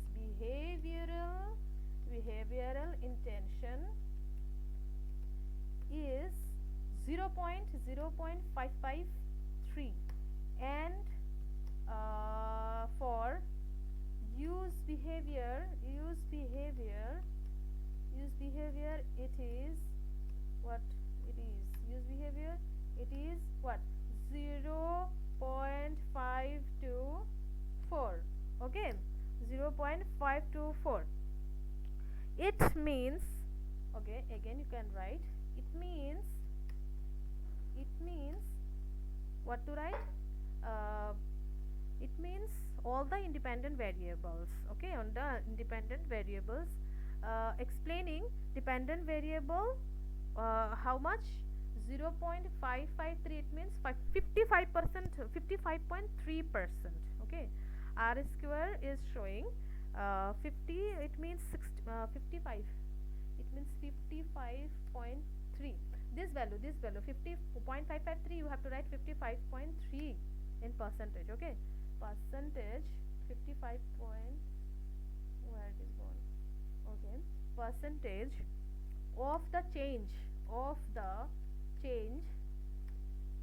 in what? Behavioral intention. Yes, behavioral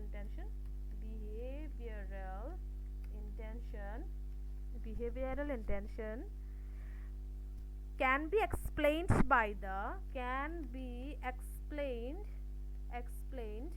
by what?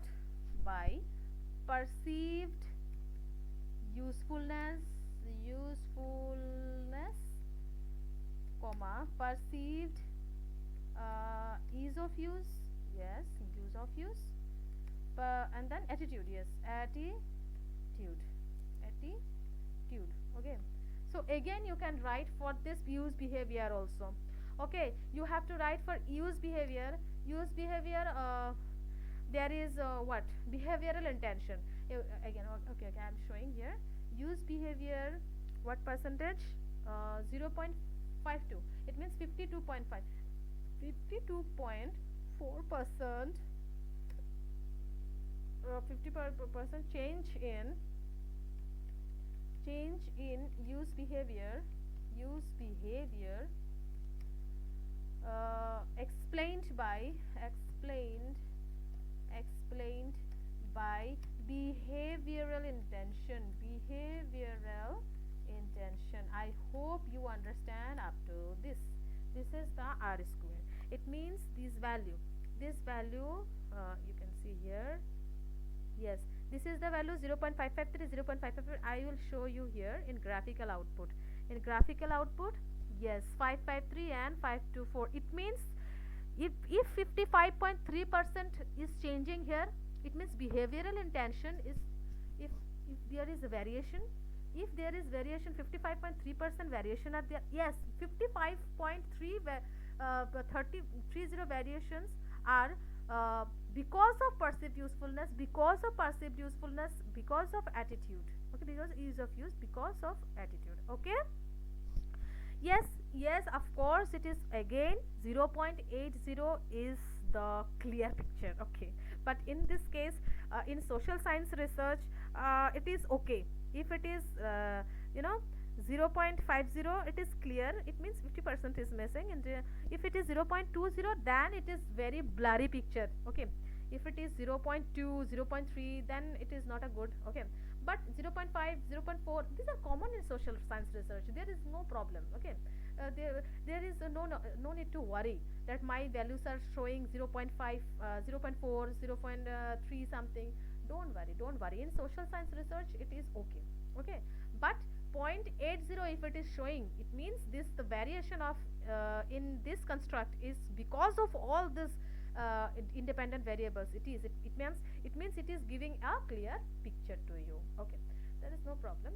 In this case I have shown, yes, maybe your research it will show that kind of 0.80. Okay, that's not a big deal. Okay, here again you can write that, yes, 0. If it is showing 0.80, it means 80%, then it is giving a clear picture of explaining the variations because of the independent variables. Okay, so we have almost finished our measurement model. Now I am going to, already I have written here structural model. You can see another thing is there in PLS. You can see here R square, yes, F square. It is very important. Effect size, but see, effect size I'm not going to include in my research paper, but because so many research paper I have seen, but a little bit of researches I checked that F square is not, they are not included F square in their research paper. So F square is not a mandatory part of your research paper, but R square is very mandatory. Okay, and you can write the R square adjusted also. Okay, that's not a big problem. Okay, you can write. So now I'm going to tell you the last, not the last part, but yes, this graphical output. I have what to do. Right click on it, export as image, and then export. Yes, now structural model. Yes, this is the structural part. Yes, copy paste, control plus V, and this is your structural part. And structural part again, what you can do, because already you have explained all these things for your structural part. Okay, so all outer loadings, these are all outer loadings, these things you can see, PU1, PU2, PU3, and this POU1, these are all our outer loadings. What is this? These are all outer loadings. I will show you what to write here. And this is your latent variables. You can see here the latent variables. Okay, and this is the path coefficient, 0.298, 0.268, 0.300, 0.724. These are the path coefficient. Okay, so it means path coefficient. What does it mean? It means if it is increasing, perceived usefulness, it is increasing, it also improves here behavioral intention also. How much? 0.298. Okay, this is the path coefficient. Okay, so you can write here also interpretation. You can write, let's start interpretation. Almost 1 hour 52 minutes. I hope you are not getting bored. Interpretation. In interpretation you can write outer loadings threshold. Okay, outer loadings threshold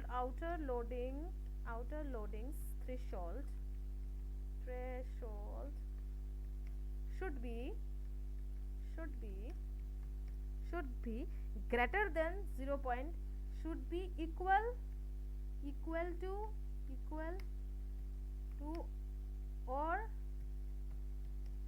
greater than to 0.70. In this paper, in this graphical output, you can write, in this graphical output, we can the outer loadings are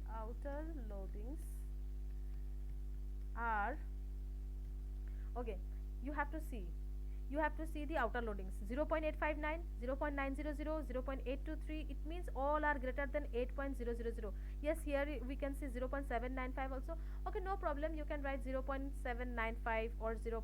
Or approaching. Okay, outer loadings are approximate. You can write approximate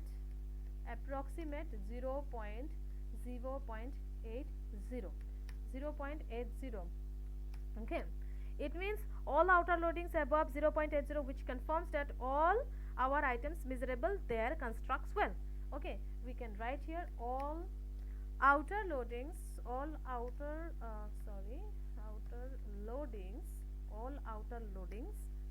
above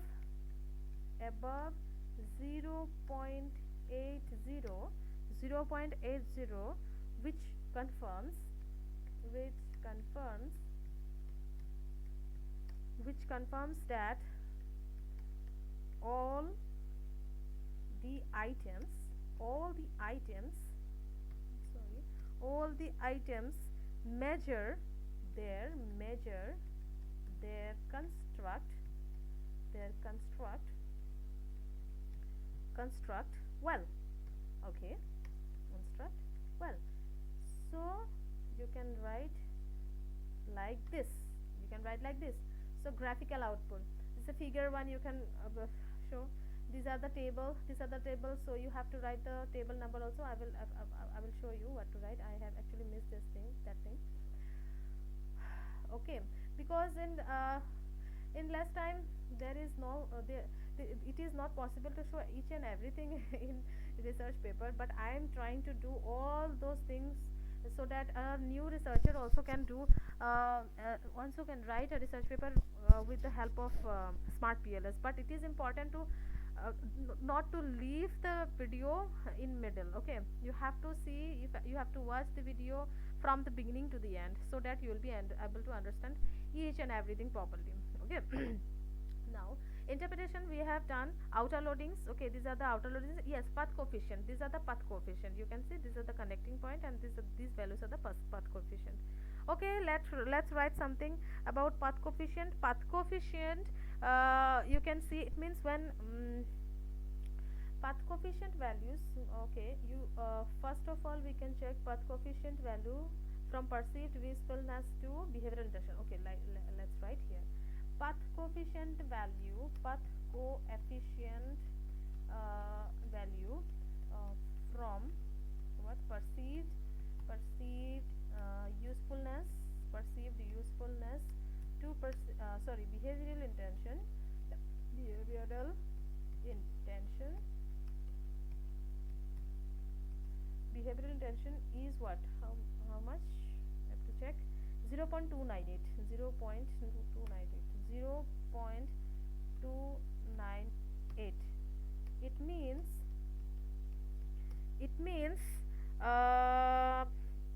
it is positive.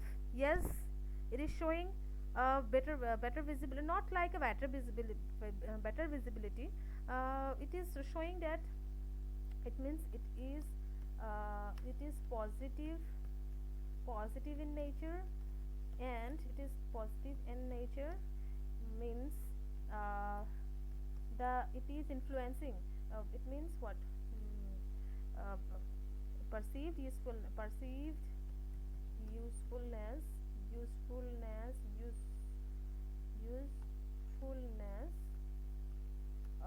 improves if it means if perceived usefulness improves, then behavioral intention also influenced and influences. Okay, no problem. Okay, no, but the 0.298, it is not a good we can say the path coefficient, like 0.34 0.35 0.45. These are the values are good, better visibility for it is showing better visibility. But 298, it is okay, not yes, it is not creating problem, but it is okay. Okay, so like this, other connection you can show here. Okay, I'm just showing only one. Okay, next one, what to do next? Again move to the PLS. Okay, then calculate, and now bootstrapping is the main part of the of this research, because yes, it is calculating only for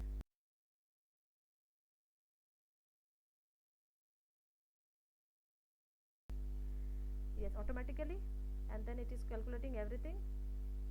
Yes, now do not need to do anything, it will appear, yes, automatically. Yes, now you can see the graphical 0.0000, the path coefficient 0.0000, everything is changed in this graphical output.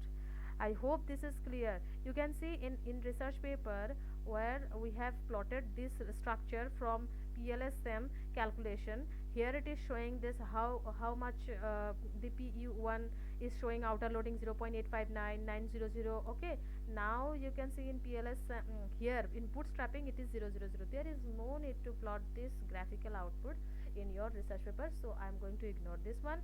I'm going to see only final result path coefficient, mean, standard deviation, t values and p values. This is the value we can check, and this is the relation attitude to behavioral intention. Yes, this one is our hypothesis, and we can see the standard deviation. There is no nothing to do. Yes, we want these values. T statistics greater than, it should be greater than 1.96, and you can see all the values are greater than 1.96. It means t values are valid. Statistics values are valid, and the p values, it should be, these values should be less than 0.05. It means we are going to accept our hypothesis. Okay, our hypothesis. You remember first hypothesis we made, that attitude influences behavioral intention.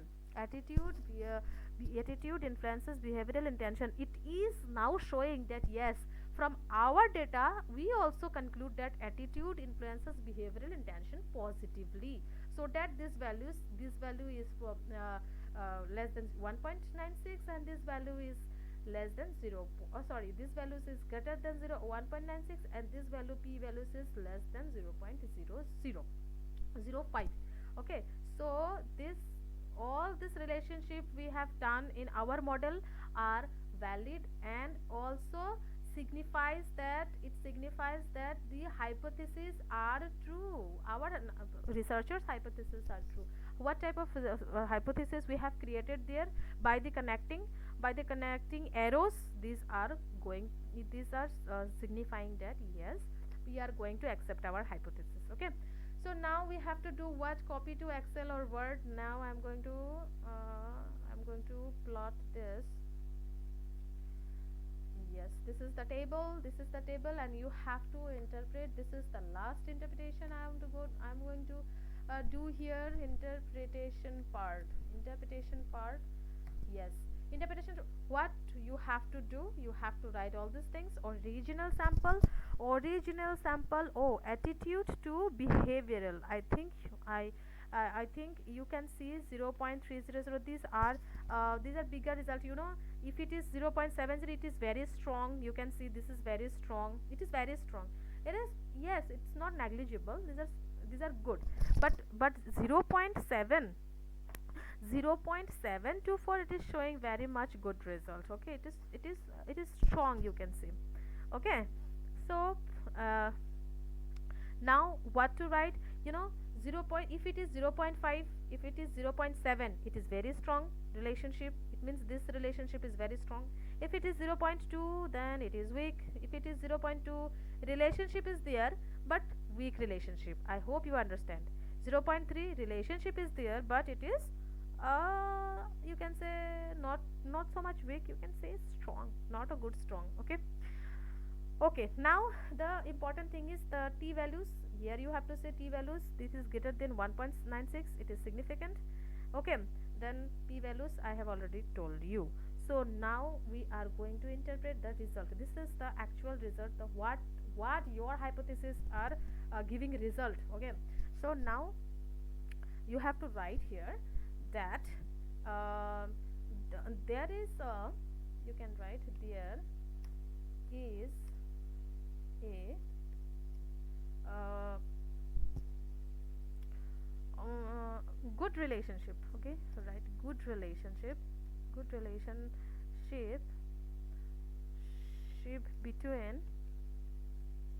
between what? Attitude. If you want to write the first one, perceived usefulness, then this is the value, perceived usefulness to behavioral intention. Okay, you can write that one also. If you are not going by, okay, let's write that one.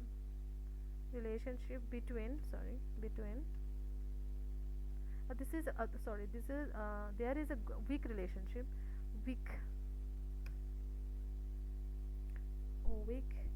relationship between, you have to write all these things, between perceived usefulness and behavioral intention, because because because the sample value, because the original sample value is showing what, 0.298 uh, above you can write here above 0.40 is the wait above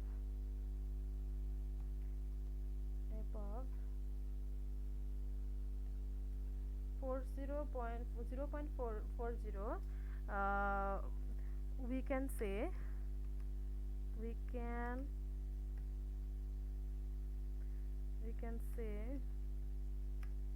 the strong relationship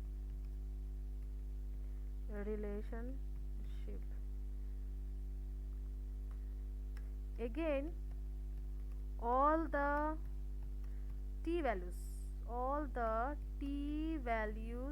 are showing greater than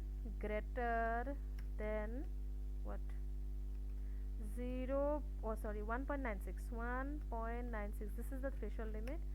So t values are acceptable.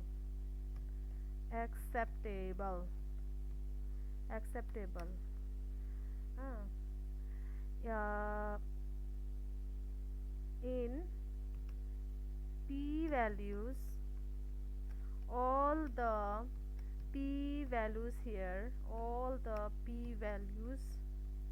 here are showing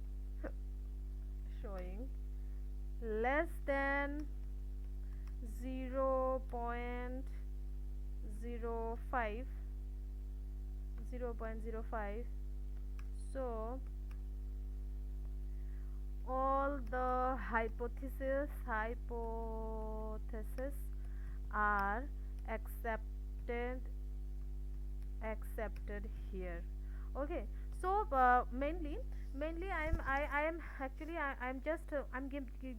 I'm just giving one summary, or I'm just summarize this table here. You can write as much like 10 to 12 lines easily. You can write that attitude to behavioral intention, this hypothesis is accepted, yes, it influences. It means you can write like this: attitude influences what, the what behavioral intention, uh, and the hypothesis is accepted. Okay, hypothesis is accepted. So like this you can write other ones. I can check the time also. It is 2 hours already I passed. Okay, I hope you understand how to write research paper easily. Very easy, it's very easy. If you need to know how to write all the research paper like abstract, keywords, introduction, you can please pin in my comment box. Okay, so I'll be ready to show how you can write all those things also. And now this is the last part actually, and after that you have to write the findings. I'm just showing you what to write, and findings, then you have to write the conclusion part, and then there will be discussion part. Okay, this discussion, and then there you have to there you can you have to show your funding agencies, if their funding your research is funded or not. You have to show all these things, and conflict of interest. conflict of interest means conflict of interest.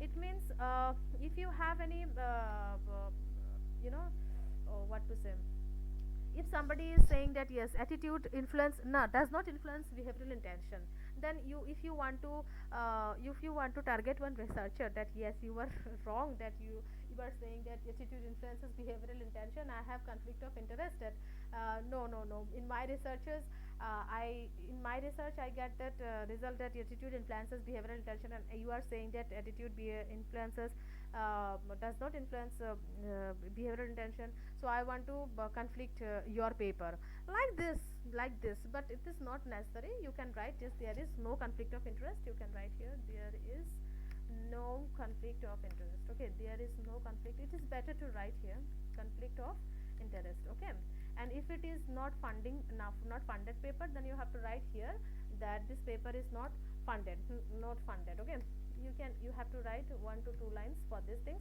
it is very important. Okay, so all these things and findings, what to write. Yes, you made this research by yourself and you don't know what to write in findings. Of course you know what to write in findings. In findings you have to write that yes, of course attitude influences the behavioral intention, and why it is showing, because the values you can judge. Okay, and then you can write this behavioral intention also influences use behavior, how it is proved. Okay, all these things you can write in findings, and then conclusion, and then interpretation, practical implication is there also, you can write for whom this research paper is very important. Yes, of course this research paper is important for the business owners and policy makers and for the society and for the users, all those these papers are useful. Okay, I hope you understand all these things, how to write research paper, how to analyze your data.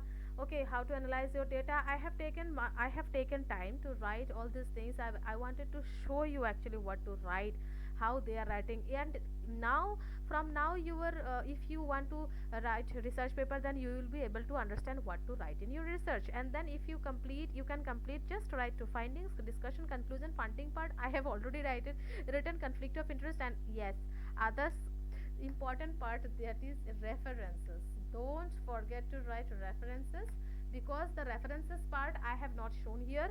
References part is that part, if you are writing something from previous research to your introduction part, at that time you have to show your citation, and that citation again you have to put here references as a references. I hope you understand that those things also. If you are not understand those things at that time, I will be there. Okay, just comment me. Okay, just comment me. Now this model, this conceptual, this purposed model is now established. Yes, perceived usefulness, yes, influences behavioral intention. If AI is useful, then behavioral intention is there. Yes, I am going to purchase something, some gadget or something, for AI tool. Okay, I need like Alexa, you can say. Okay, this type of thing you can do here. Okay, so I hope you understand. I hope you will be able to understand how hypotheses are made. Hypothesis generally made from literature review. Okay, um, and then a conceptual framework, how you can develop, how you can write a methodology part, how you can write the measurement model part, and how you can write the graphical part, what is the structural model you are saying, and then the last part, the result, and then finding, conclusion, interpretation, all these things. I hope you understand all these things. This is the questionnaire part. Yes, of course, one thing is there in methodology part, you can show your demographic variables and your questionnaire, where it is in methodology part you can show your demographic part and your questionnaire, which I have plotted in the last here. I have shown you how you selected your construct and the indicators. Okay, now I'm going to show you one research paper of PLS-SEM. Okay, let's go to here. I'll show you one research paper so that you will be understand what type of research papers are going to you can write. Okay, there is one paper I want to show you. Yes, this is a paper on PLS, you can see. this is the paper. The influence of social commerce dynamics on sustainable hotel brand image and customer engagement and booking intention. This is the paper, and in abstract you can see I am not going to read all the abstract. I can see using SmartPLS 4.0 software, structural equation modeling was performed to examine the proposed model and hypothesis.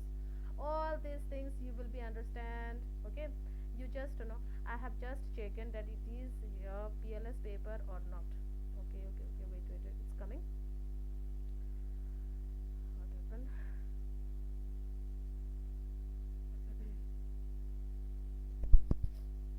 Yes, sometimes. Yes, yes, it's coming.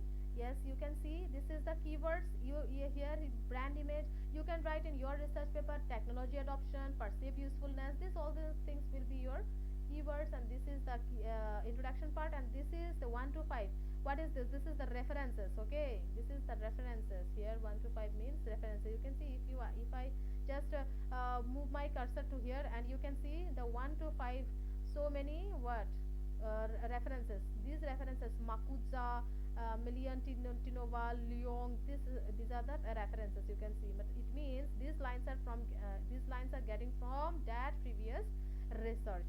Okay, this is the introduction part, and this is the theoretical background. I was saying that yes, I have used UTOT theory. Perceived usefulness, perceived ease of use. These things are coming from these constructs. I'm getting from where? I'm getting this construct from UTOT theory. Here they are using what type of theory they are used. Wait, I will show you. They used. Wait, I'm showing.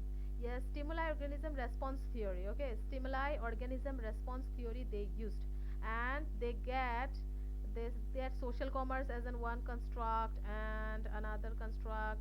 Hotel adoption of social commerce. Okay, positive influence on hotel perceived brand image. You see, hotel adoption of social commerce, again social commerce, positive influence on customer engagement. Like this, customer engagement is another construct. Here you will be able to understand all these things now. If you watch my video properly, then you'll be understand everything. I'm damn sure. Okay, now this is the measurement part. Okay, this is the methodology part. I have shown you, I have told you that yes, you can write your demographic profile. This is the demographic profile. If the respondents maybe male 211. Okay, 67 percentage. In our data 423 423 people are there, respondent are there, and there may be male 200, there may be male 223, a female, and then you have to show the percentage also. Okay, this is the demographic profile, and you can interpret all these things. And this is the result part. This is the measurement model. You can see here reliability and construct validity. All these things are the reliability of measurement scales was confirmed by examining various statistics table to the values of Cronbach alpha. All these things are mentioned from 0.0801 to 0.981, because everybody's research, you have to be very careful when you are writing your paper, because if you want to copy this table interpretation, then it will be it will show plagiarism. Plagiarism is what it means. You are copying others work in your work. You are copying others work in your work. So it is better to write in your way, so that they are writing like this, same. ABE like this 0 0.5, it should be exceeded the value of 0 0.5, and in their research it is showing between 0.825 to 0.967. Same thing I have already done. VIF, you have remembered variance inflation factor, you remember. Loadings also. Okay, outer loadings you remember 8.323, I think, in my research work I have shown you. And then this is the t value. All these things is greater than 1.96. All these things have written here. VIF loadings again. These are the construct, and these are the statements like f action. I feel very positive when I use the tool. You can include your questionnaire here also. Okay, because this is the methodology part, and you can show your questionnaire also. This is not a big deal. Now structural model, it is showing like this. We have already discussed. You are here, you can see social commerce to perceived brand image, what it is supported. Yes, one thing we can do here in our research, you have to write here, yes, p values, and another column will be there. You can write here it is supported, like I'm showing here. Okay, it is supported. Okay, like this I'm showing here. Okay, no need to worry. You can make one column and you can write the decision. It is supported, supported, supported, supported. If it is not supported, then it will be a red one, and then you can write it is not supported. There is no problem. Okay, in my case it is supported, then you can write support. Okay, so here where we are, yes. Now, and all these things we have already made and written in our research paper, practical managerial implications, and then you can see the conclusion part, then limitation and future research. Yes, of course you can include these things, and then author contributions. And you can see here, this is the funding part, institutional review, that is another thing, and this data availability, conflicts of interest. Okay, the authors declare no conflict of interest. Okay, I have already discussed all these things, and this is the reference part. If you remember, I remember one Leong, I think, here, where it's gone, they're not giving a Leong. Okay, oh yes, yes. This references, you can see not in an alphabetical order. You can see Makudza, I discussed Makudza, Leong, here Leong. I was searching by ABCD in alphabetical order. After that, I checked this. No, this is not in alphabetical order. B, Buzalim, B, and then H. This is not an order. Okay, no problem. But you have to write in order. Please remember. And what type of style you are writing, like. You see, this is from cross-ref. These are from cross-ref. It means the citation is coming from cross-ref. Okay, so you can write by APA style, American Psychological Association style, and then MLS style, Chicago style. These are the styles of referencing. Okay, what type of referencing styles are demanding by the journal? This is important, and generally we have to write in APA style. Okay, so I hope you are clear all these things, and I show you, I have shown one research paper also.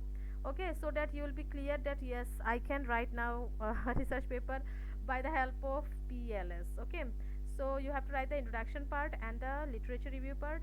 And if you have any query, then please do comment in the comment section. Please, I will be happy to share you. I will be happy to show you other things also about research. Okay, I know, I think you will be getting beneficial from my video.